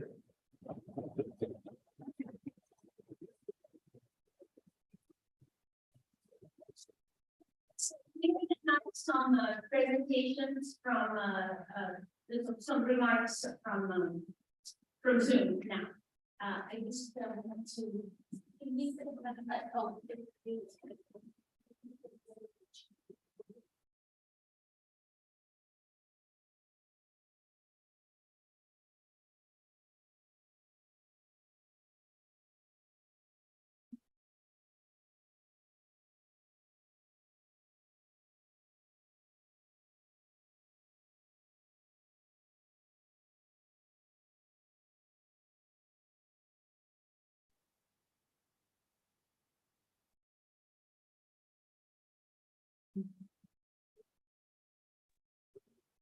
Hello. Yeah. Great. Thank you, Karina, for organizing this event and also for giving us an opportunity to remember An Yin. I'm Yu Xuezhang. I'm from the University of Michigan. Anne and I both graduated from the university, from Peking University, the geology department. He was actually a junior by half a year at Peking University. We then both came to the United States for graduate study. In the US, Anne advanced so quickly in his graduate program and became a tenure-track assistant professor in 1988, when I was still working on my PhD thesis. I remember him as the first Chinese student after Cultural Revolution getting a tenure-track position in the US. From then on, he has been my role model. He made so many contributions to terrestrial and planetary geology and already received many awards, including the Douglas Medal in 1994 and the especially prestigious Penrose Medal in 2022, last year. Nonetheless, I was still anticipating him receiving many more recognitions before his untimely death. It's so sad that he left us at the height of his academic career, leaving behind many unfinished endeavors and causing infinite grief to his family and friends. Around the end of 1989 or early 1990, I drove from Caltech to UCLA for an interview for a tenure-track position. Anne warmly hosted me and we talked about the research.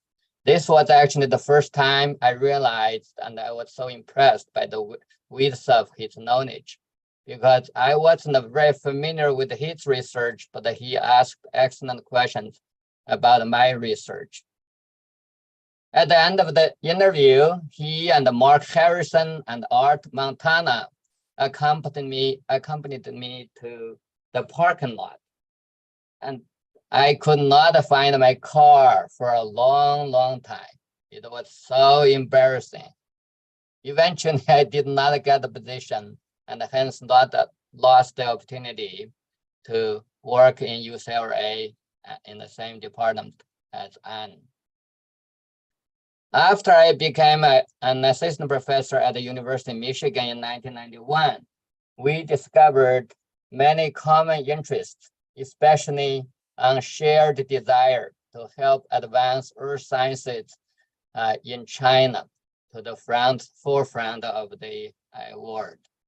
Today, China is a powerhouse in earth sciences, but 30 years ago, many branches of earth sciences were lagging way behind.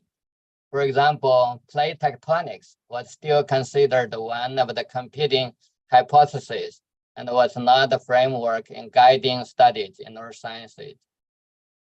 And also, there was almost no experimental petrology or modern geochemistry due to lack of instrument and equipment. In 1999, we co-founded IPACES and participated and organized many academic events in China, in Chinese language, mostly aimed at students in China. An has a booming voice. He has a big presence in many meetings, and he's passionate and persuasive. He's also a true warrior and a natural leader, unafraid of getting into controversies. During an academic meeting in Nanjing University in 2020, when some scholars were challenging plate tectonics, some of us were just responding politely with specific counter arguments. However, Anne just directly and bluntly pronounced that the challenger's knowledge was outdated and winning applause from students. After the meeting, he and I edited a book together, and the collaboration was very pleasant and enjoyable, ensuing both high quality and timely publication. Most of my interactions with Anyin were during academic conferences. Although our fields of expertise were very different, Anne still helped me a lot. During conferences, when I discussed my ideas with Anne, he would sometimes immediately point out the flaws in my approach. Whenever he thought the work was good, he would praise it very generously. In the last couple of years, my communications with Anyin touched upon a Chinese initiative and the difficult situations of Chinese professors in the United States. To my surprise, An was also affected and investigated by his university. He felt that it was just like Cultural Revolution in China in the 1960s and 70s. An was confident of his innocence and fearlessly defended himself against the investigation. Fortunately, UCLA quickly realized its mistake and not only apologized to Anyin, but also declared its intolerance for unfair treatment of Chinese professors. That actually set a great example for many other universities. Anne and I did not meet during the COVID-19 pandemic, but hope to have a good chat when we met again. Unfortunately, the next meeting will never come. Anne, I will really miss you. Thank you.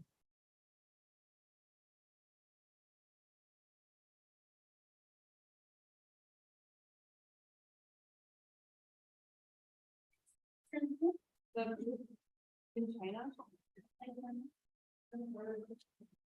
Yeah.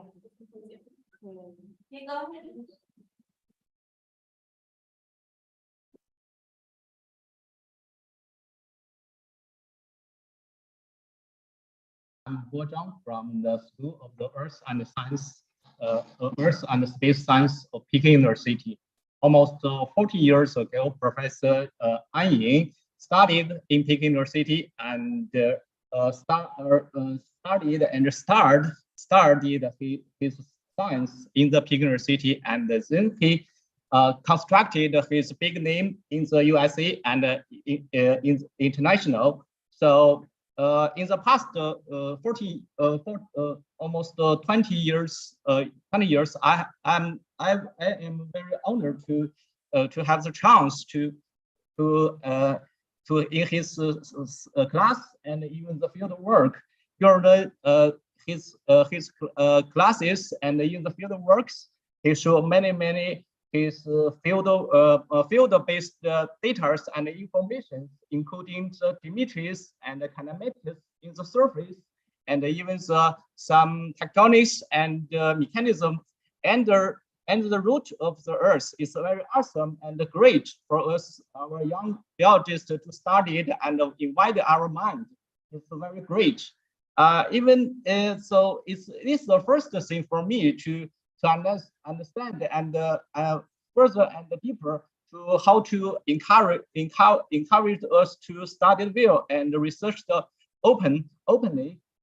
Even during the field work in 2017, I have the chance to have the field work in the Professor Anyin's directed the field work in the West America. It's very great field work. During that time, he was very active and energy from in the field and even in the room in his presentation. It's very great. So in his presentation, all the data is field-based observation, and it's very great to map from his mapping, his observation, and it's very great for us to study well. Today, I will to see. I thank you, Professor Science, and his working styles. It's very great for us to follow him, and maybe sometimes we can beyond him. It's I will to see. It's we all missed him, and thank you all. Thank you.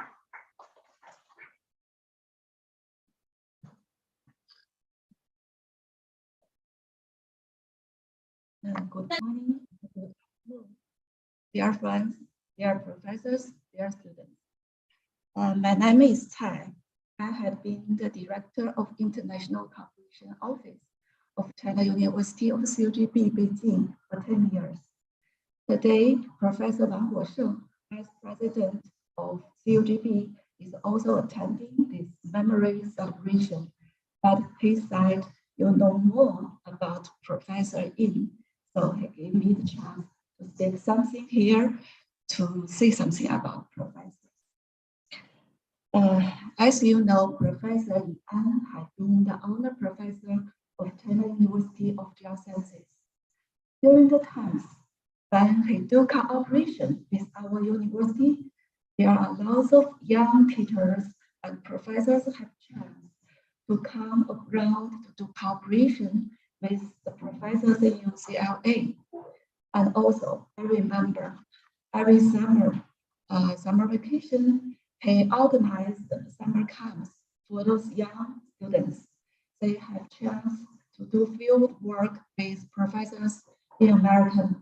Also, they learn how to do the mapping, geological mapping with them.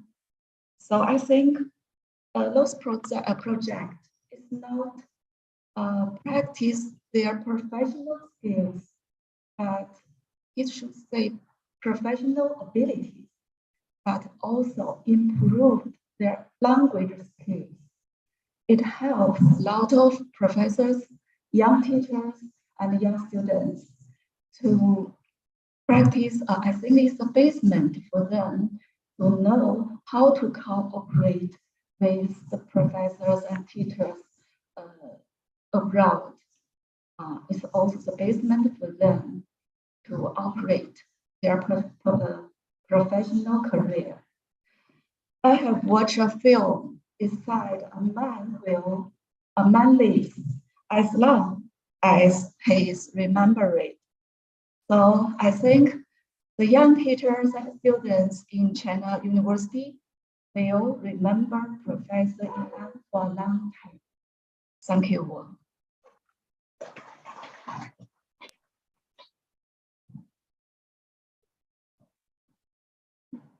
I'd like to, allow someone from the audience to come up if they would like to. Because we have a few other people on Zoom.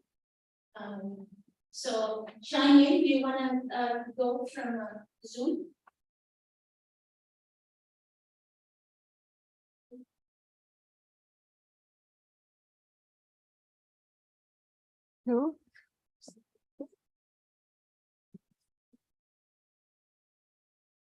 Wait, who wanted to go? Yeah, Kevin. Oh, Kevin is next. Oh, Kevin. Okay. Kevin, do you want to speak? Sure. Thank you. Can you hear me okay? Okay, great. Hi, everyone. My name is Kevin Coffey. I'm a lecturer in the Department of EPSS, and An was a mentor to me throughout my time as a student, both in terms of research and in terms of teaching. I'm very grateful to him for that. In all the classes I teach since my very first class as a lecturer, I've drawn a lot from An's teaching techniques and demonstrations and methodologies, and I've stolen his jokes to a truly shameful extent as well. So he lives on in all the classes that I teach. I actually wanted to play a very short clip of An that I found. And this is on teaching some students in the field. And it's not a particularly significant moment at all. It's just a little, bit of one of countless field days. And when I took the video, even I didn't regard it as particularly significant. I was just worried some of this might be on the exam because I'm one of the students in the class at the time. But it's gone on to take on quite a bit of meaning to me, actually. This is during the field trip that convinced me to switch to being a geology major as an undergraduate. And in this clip, An discusses the exhumation of the Oricopia schist, which went on to become a significant topic within my dissertation research.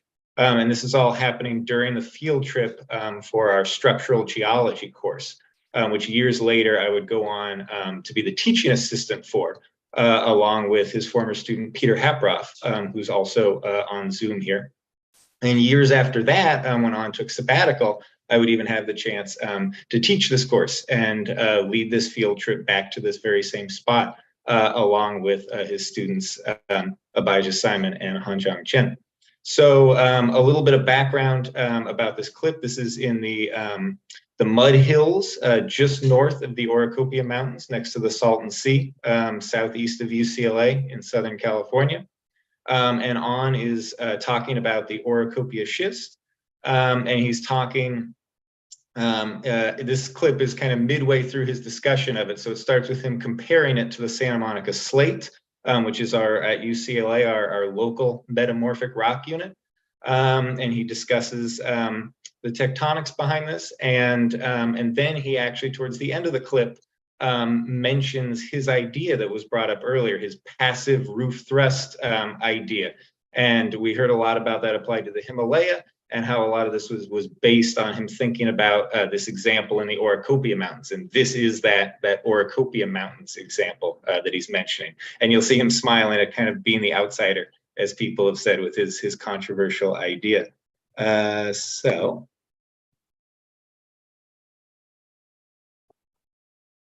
Yeah. Santa Monica also have this kind of dark rock called the Santa Monica Slate. It's basically the same rock. It's a melange rock, but those rocks were carried by the subducting plate called the Farallon plate. When you take a class from Marie Ingersoll on the regional geology, you will learn that. So those guys are subducted underneath the North America continent, so which we just saw, all the crystalline rocks. And then they brought up to the surface, exposed. Okay? So first, they go underneath the North America continent, like this, and then poke a hole, it's a big window. So basically, Oricopia schist is a big window, so those guys exposed. Some people think it's extension, except the one person.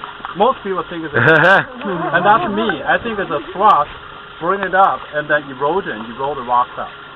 Okay. So I'm the outcast. Okay, so this, you go around the world, you can't really find a schist better than this.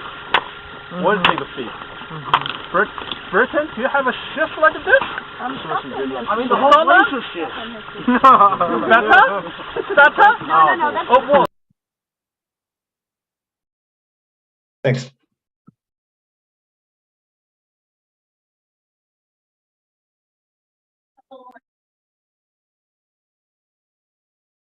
Is that right? Yeah, about a couple months.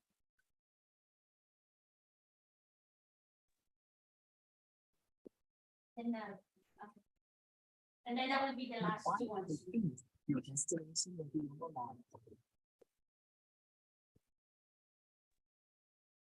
Hello, can you hear me? Yeah, can you hear me? Yeah, this is Xiaoyu Guo speaking on behalf of Professor Gauri Science University and colleagues.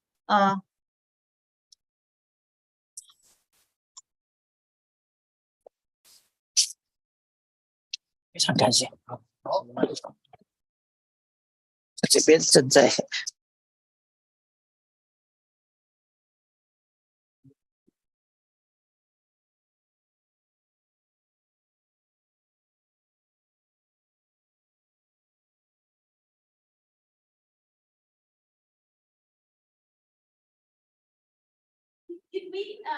Did we try this later? We have a reception and we only have the room for less than an hour, and so perhaps we can try. Shanyu, did you want to say something?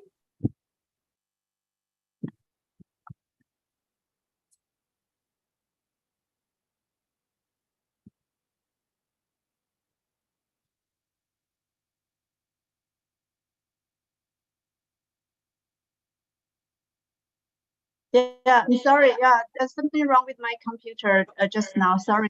Yeah, can I start again?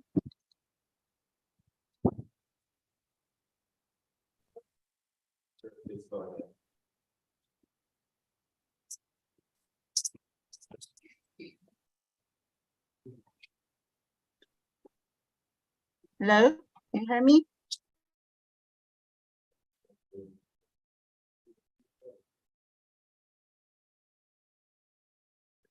Yeah, this is Xiaoyu Guo, speaking on behalf of Professor Gauri from the university.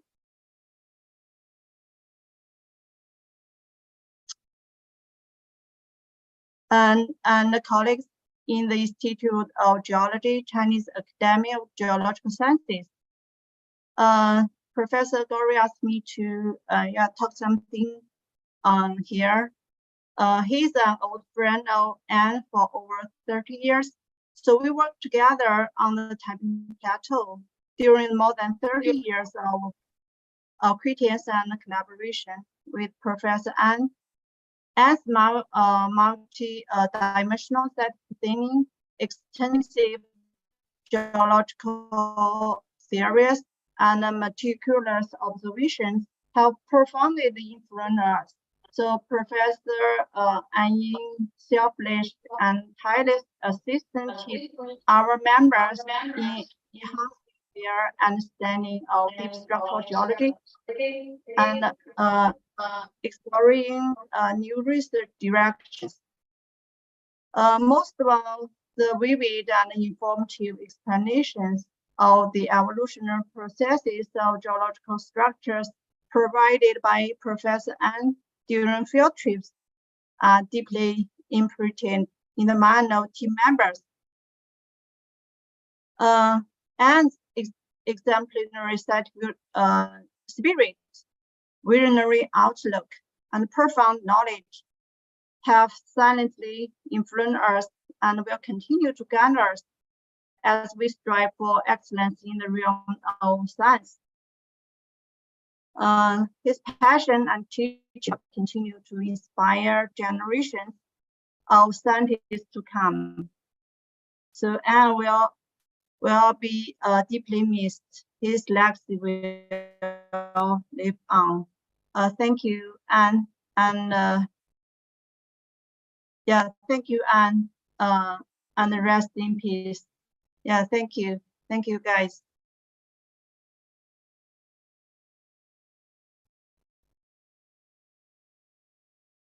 We have one more, and then Reagan will be closing for us.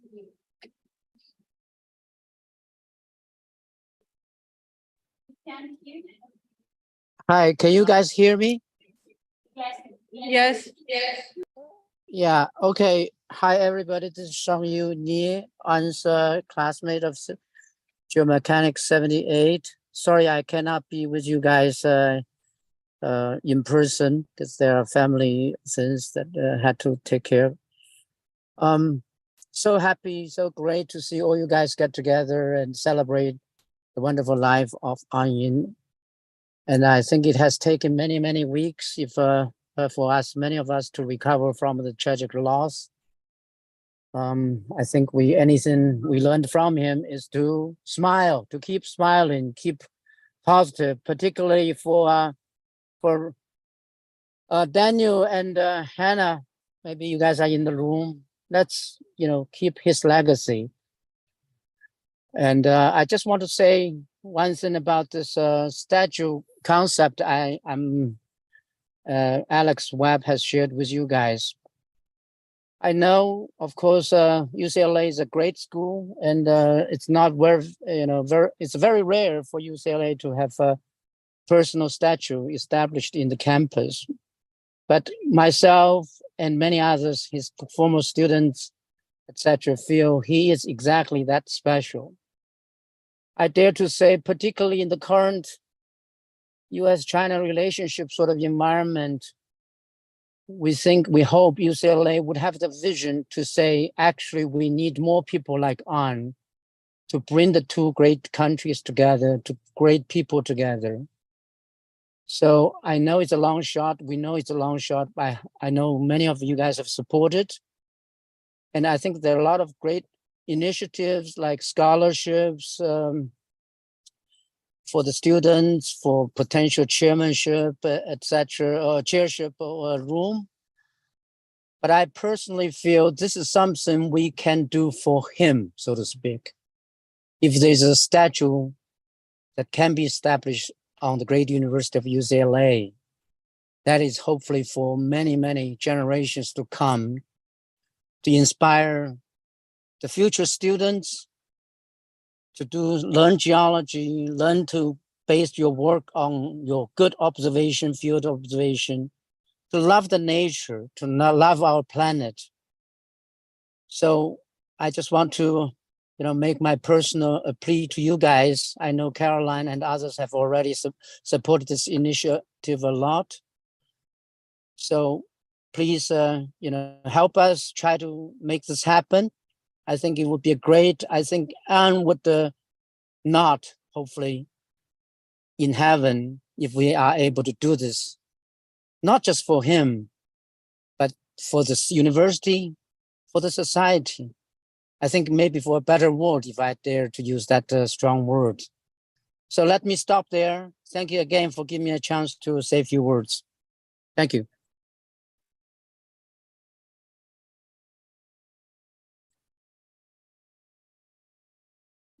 Thank you for understanding that we are, we're on a short sort of schedule here. I know lots of you have stayed, quite a long time in conjunction with the fourth grade presentation. We will now close with a few words from the admin family, but we need to get this in mind. Yes.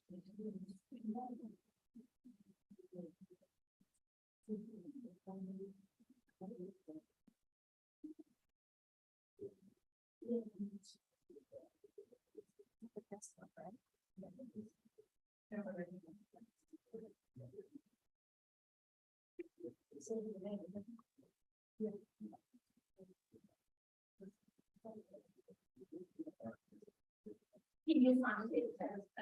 Yes. It's the last thing, a glass problem, and then we will go have some spirits.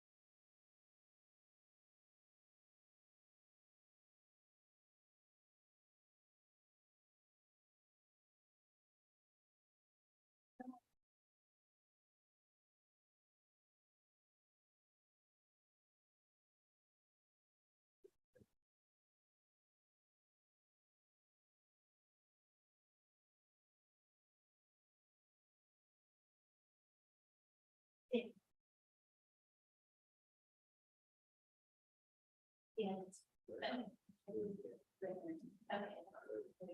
I'm so sorry, and I'm so grateful for your patience, and I'm so thankful for the in-town information. And Ray is rather relevant, of course, to that. Thank you. Wow, I am overwhelmed by all of these speakers and all the stories. And today I'm going to use the last few minutes, hopefully just between basically my talk will be short and before we can go to dinner. So I'm going to give you 2 childhood stories, which you may be able to connect the dots. You know, why Einstein's phenomenon you guys observe later on in the professional life and the personal life is so related. So the first story is about challenging the establishment during the early childhood. And here's the picture taken during the Cultural Revolution when I was in the kindergarten. And my brother was about 5, was in the 5th grade. So in China, in the primary school, oftentimes the head teacher is actually, at that time they taught different subjects or classes except the gym. So the homeroom teacher actually had a lot of power over the students. And so on, do you see it? No problem. Good. So as you know, and he's very funny, you know, and he likes to ask questions during the classroom. And when his teacher taught different subjects, and she cannot answer all of the questions. The teacher is also funny during that time. The teacher was chosen not because of the qualification, but mostly because of political backgrounds. You know, they were actually more of the, you know, toward the party, you know, lines. And so this teacher later on was kind of very, very angry on asking questions because she could not answer. She always felt I'm intentionally trying to embarrass her in class. And often say very harsh words like shut up or be quiet. And so I would stop talking, but often shake his hand. You know, this reason, because if you were asking the same question at home, and my parents would be patiently explain to them what it was. So gradually, as these things repeat again and again, and his fellow classmates started to be on his side and started agreeing with him. And when he starts shaking his head, and everybody else had it. So now they got the teacher extremely angry and basically accusing him as a radiator. And then was asking to leave the class or suspend him from the class. And then sometimes he will be suspended by himself. And sometimes there's some other kids that shake their hand, both boys, and we're all waiting, you know, all these suspended. So what they do is they actually go to these the field, they actually play sports. One of the advantages living on the university campus, all the sport field outdoors are free and open to everyone. And during the Cultural Revolution, it was big mass. Their university students, they don't go to class. They actually conduct a military exercise or training with a wooden rifles, you know, kind of, and they were basically preparing a fight from another group of students with different ideology. This is big mass. So, and these kids would be oftentimes during the 2 days, and they'd be running on the field and playing games. So, kind of interesting. And my parents started to realize that his grades actually turned worse and worse. And then when they sat down with him seriously talk about it, and because they were very angry on wasn't studying, and they realized where you in school. And when he explained the situation, and the parents started incensed and started complaining to the school. Of course, nothing was changed because they were themselves are in the re-education kind of status, which means they are not supposed to complain that they were whatever they did is supposed to be wrong. And so I decided to take the matter seriously in hand. And so he made a big shot as shown in the picture. So he picked up the branches from the wood and he polished it. And he went to my dad's chemistry lab from the trash can. He picked some leftover rubber tubing. So he made them. He cut a piece of leather from an old, I think it's a bag or something. And he made it. So every dinner, other dinner, he started practicing this big shot. And it was small time, so no insight what he was doing. And shortly after that, he was suspended from the top again. This time he did it by himself. And he didn't go anywhere. So we went to this building is very similar to this teacher's apartment. And I remember clearly, it was like a great building. She lived on the third floor. So we sat on the ground outside the building, and she started practicing the same shot with windows. And by the time we left, boy, there was no basic impact piece of glass or that. And the good news was there's no neighbors in the portfolio, so he was quite active. And obviously the season was not well received. So my parents had no choice but transfer him to another school, which is far away from her house, at least 1 hour walk over there. And very fortunately, there was only 2 months left in the sixth grade. So he started to basically enter into the middle high school. And his middle high school was actually very good, because it was a subsidiary of a normal university with trained teachers. So they staffed with good teachers. And he was embraced by his teacher with his intelligent and good questions. So, and quickly he excelled in the academic, became the first, became the best student in the class. And so he was chosen at the head of the class. So now his life turning 180 degrees within 2 months, from the worst student in school, in a private school for 5 years, all of a sudden he became the best student in his class. And not mentioning he was wildly popular in sports. So that's what he did for the past 2 years. He doesn't go to school very much, but he played sports. So he was on the basketball team. He was voted unanimously by the coach and also teammate as the captain of the team. He also was on the track and field team, and he was basically competing in high jump. And this actually prepared him in a very good position when the Cultural Revolution is over, and he was able to enter the university, one of the top universities in China, Beijing University. When I met him when he was an undergrad, I said, "Are you still on the sport team?" He said, "Yeah, I was still on track and field. I could have first track and field, not PE." I said, "What do you do over there?" And he said, "I'm actually throwing javelin." I said, "No, I didn't know how to throw a javelin." So it was very interesting story. And so sorry, the next slide, please.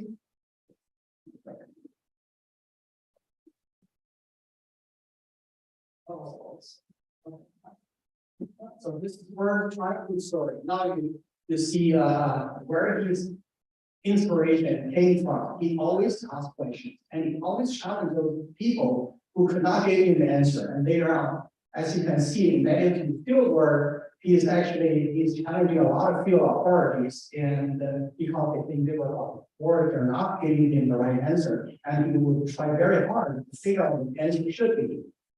So this was another interesting occasion. On the way, we're very close. So close brother, because he was a big brother, and he took care of me during the Cultural Revolution, and when he was starting at 10 years old.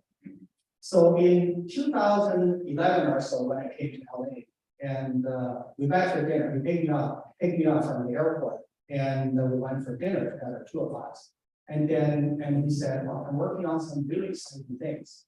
I said, "What you got?" He said, "Oh no, I got so many talented students, and they all became professors, and they all work in this area, and they can solve a door for myself. So I need to think about something. They're so smart, they're doing so well, and I cannot compete with them anymore." So and then he said, "Actually, I'm thinking about starting to play technology on Mars." Geology. There's no bed landed on Mars yet. Then how would you work and not actually mapping on Mars? He said, "Oh no, I'll figure it out." He said, "Well, when I haven't seen the Mars when Mars landed on Mars, they took a lot of pictures and really high quality images, just like what I would have done in the field. So I can analyze those images. I can see what's going on Mars as well, and so on other planets in the solar system." And you would have a lot of money, you would get a lot of funding from the outside, right? He said, no, that's the paper folder, the all got rejected. I said, well, that was the idea as a program. We would increase the grading ideas. We will fund it, revolutionary and futuristic ideas. What how can kids do? You can't get the money, they have to take the money. And he said, no, they told me there were no line, there was no specific topic in the area I'm working on. I completely wrong, and it's ridiculous. And so nonetheless, a couple years later, I published a paper and on the landmark, many people talk about it, and he won panels. So the last take-home message is what I'd like to use this opportunity to think. Because when brother and I competing in our life, he was always the fast. He was always the first one to do different things. I was always the second from my parents' line. And so there were maybe a couple of things I was first, he never did. And so one thing I think is missing the big picture is after he encouraged people to think differently, but think outside the box, all the students. And the other thing is he's missing a way to think about how to form brilliant ideas, or thinking in a futuristic thinking in a very big way. So here I'm thinking about maybe we ought to consider carrying legacy to set up a central institute where we need to talk about interagency to create a big program. And this is what I used to do. It was the job in the Department of Defense. It created an agency because of the work we did. It could be related to NSF, but not really. It could be related to NASA, but not exactly. And it could be very related to the Department of Defense. Okay, so it could be a joint interagency program where a team of talented students and collaborators and colleagues to think about appropriation, the congressional appropriation. This is how funding works. So after that, you will be competing on the same ground as an NSF or the other federal government agency, except you are actually leading the area where the funding gap was or is, because nobody realized this part of science is so important. My mind was blown away facing this research, and this is just fantastic. So having said that, I have a lot of suggestions, and I would love to be a free consultant to help you guys with real ideas and how to carry out on this legacy to basically work on bigger picture to apply modern technology, applying planetary exploration and earthquakes, of course, all related to humankind. I really like. And I know Professor Liu Xianlong started already working on AI to geology.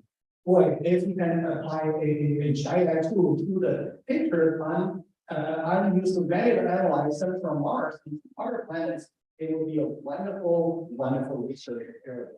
So I'd like to use the last minute to thank for many of you who have helped us, help our family, and particularly during the past 2 months. And I cannot say how much we appreciate it. Unfortunately, we cannot name all of the names, and I only listed some of the names from different teams. Obviously, Mark will be facing a very touching, arbitrary hurricane after the tragedy happened. And Carolina, everyone is sitting behind the scene and worked so hard and to basically make this successful, wonderful symposium happen. And Jean and David and Julie were the first one to invite us to talk about. And I was by the time I was in East Coast and tried to get a flight to fly back into Los Angeles. And obviously there are many Professor Lin Chen, me, and Catherine taught us on various other things. Elijah and Sean were at steam and they had everything they could. And so I received a lot of support from us, from a student. And Mike, I know I'm giving you guys every Chinese name, and Paul and Alex and different Alex. So I also heard on I never met you guys, and unfortunately I will meet you guys under this special occasion. But he told me all your Chinese name, and as I asked him why he gave all Chinese name. I have to take them to China, so they need to have a Chinese name. So and his roommate and schoolmate were tremendous support since day one for the entire thing happened, and supporting people and also. the kids and family. And Sheng Yu, as you know, is having the sculpture work, and Professor Ziqi Chang, and who was An's a childhood friend who have done both good things and bad things with him together, and and he later on became a professor himself in medicine. And Professor Ding, his collaborator, who actually physically came here and met with the family with the kid. And Paul was very supportive of Paul Cat to get the president and president-elect GSA to support on cultural work, and which is extremely important. I hope this will seriously consider. And mentioned IPACE is also carrying a lot of professor signatures for this. So on behalf of our family, and I would like to thank everyone from the bottom of our hearts for all your emotional, spiritual, and financial support in this most difficult time. Thank you all. Really appreciate it.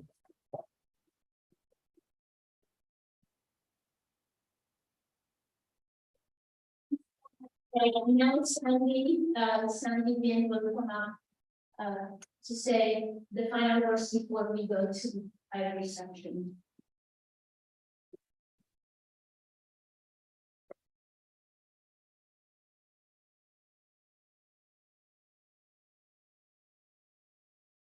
Hi, everyone. I hope you was a good time that you have enjoyed, and I did enjoy a lot to see a lot of community leaders in the past, married in the past 20+ years. And I thank you all for coming and be supportive of him, and to all the international friends and collaborators as well. We really sincerely thank you.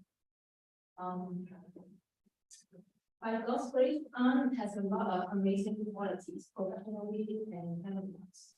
I'm very blessed to have met him with the department, because the Department of EPSS is one of the very best in the country, which actually attracted a lot of talented people from all over the world. And I admire this established multi-disciplinary space, which provided a wide spectrum of knowledge in the geology department. Anne's classes were one of the hardest quantitative ones in geology. I remember the introduction to geology mapping class was a shock to me. We met for extended hours in real each day, regardless whether it was raining really hard or really hot. But I'm still happy it's high standard in the field. The structural geology class has a lot of difficult concepts, and I was really amazed that as a native English speaker, he has such good mastery of the vocabulary and very good understanding of the abstract concept in that class. We did not study until after I graduated. In fact, this faculty center was one of the few places that we made on campus. I like that he respected my Christian beliefs and allowed my freedom to continue my faith even after we got married. Through our courtship and our early marriage, his intense love of works was another dimension which always impressed me. On the family side, he was always a filial son, which had been a great role model to our kids and to teach them to respect the grandparents, and which actually I own a lot of respect for that, and because we have great kids, it's because of parents educating them. Anne has been a faithful and loving husband throughout our relationship. He always thought of the best interest for me. He is such a kind person that he and Hannah actually drove back to LA in this past summer weekend and just to celebrate my birthday. Anne, we will always remember your great personality, your love of basketball, your love of music, and your love of life. And Hannah, Daniel, and I will always remember those fun times visiting you in summer weekends. You were such a great tour guide in the field and can always find out interesting things for us to watch and to see. We will always remember you as a great traveler because you brought us to travel all over the world for the four of us. We sincerely pray that your legacy in geology continue to enlighten future generations of geologists. And your love of life and respect of people will always be remembered in God's kingdom.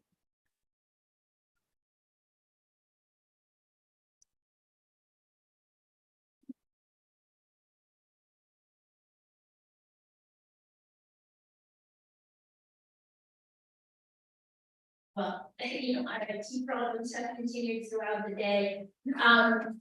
I want to thank you all for sticking with us today. I know it's a very long day. I thank the staff. I thank the graduate students who worked for this. All of you who are here, I thank them family, and I thank all the speakers for the wonderful sort of exposition, both on science and on its qualities as a mentor.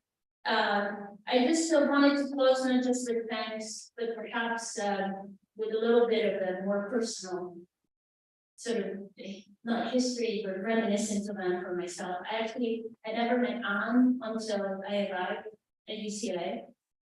When we were on our recruiting trip in December 2017, and took our son, who was 15 at the time, and not keen to move from the UK to UCLA to swim in lessons with Dan, just so to make him feel welcome. I will always remember him. Beyond his work, what over these last 5 years I've grown to admire is encyclopedic knowledge, and not just as the best. Scholarly knowledge of tectonics, dynamics, which is my field, earthquakes, and anything else that his creativity and his curiosity just tried to discover. His enthusiasm for science was contagious, as many have said. When we had a chance to talk, ideas flowed like streams, and he always ended the conversation with, "We should talk more." And we should. And I regret that we didn't. Over the last years, I became party chair and was grad advisor.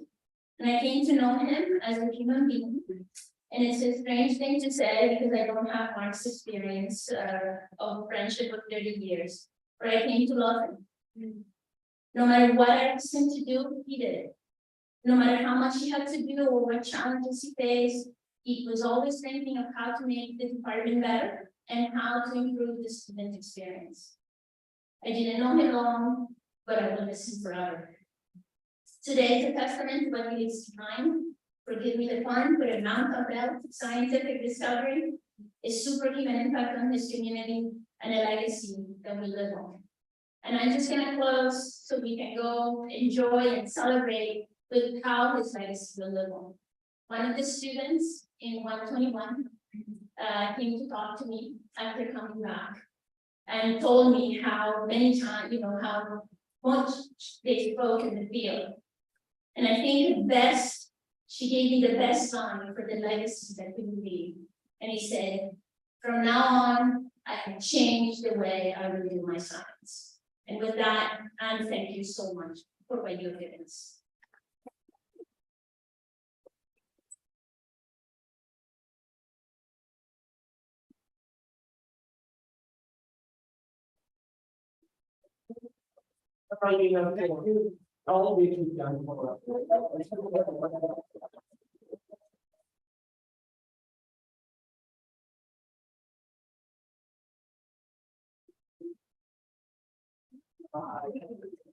Oops, sorry. Wow, problem going there. You better have it. That was great. Thank you. Hi.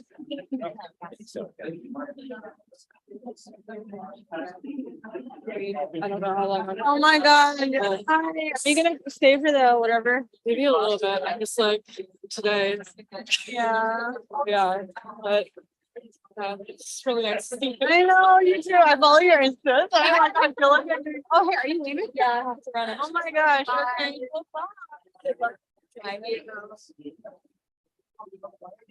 All right, we're ending this meeting. Oh wait, I have to stop the recording. Also, hi, I'm Maddie. Nice to meet you. Nice I'm to meet Hannah. you. Yeah, I know. You know. I was on student from like 2016 to 2019, so had the chance to know him for most of my time at UCLA, which coming in as a freshman in the geology department, unheard of. No one does that. But yeah. What was your research on? I didn't even get that. Like I was so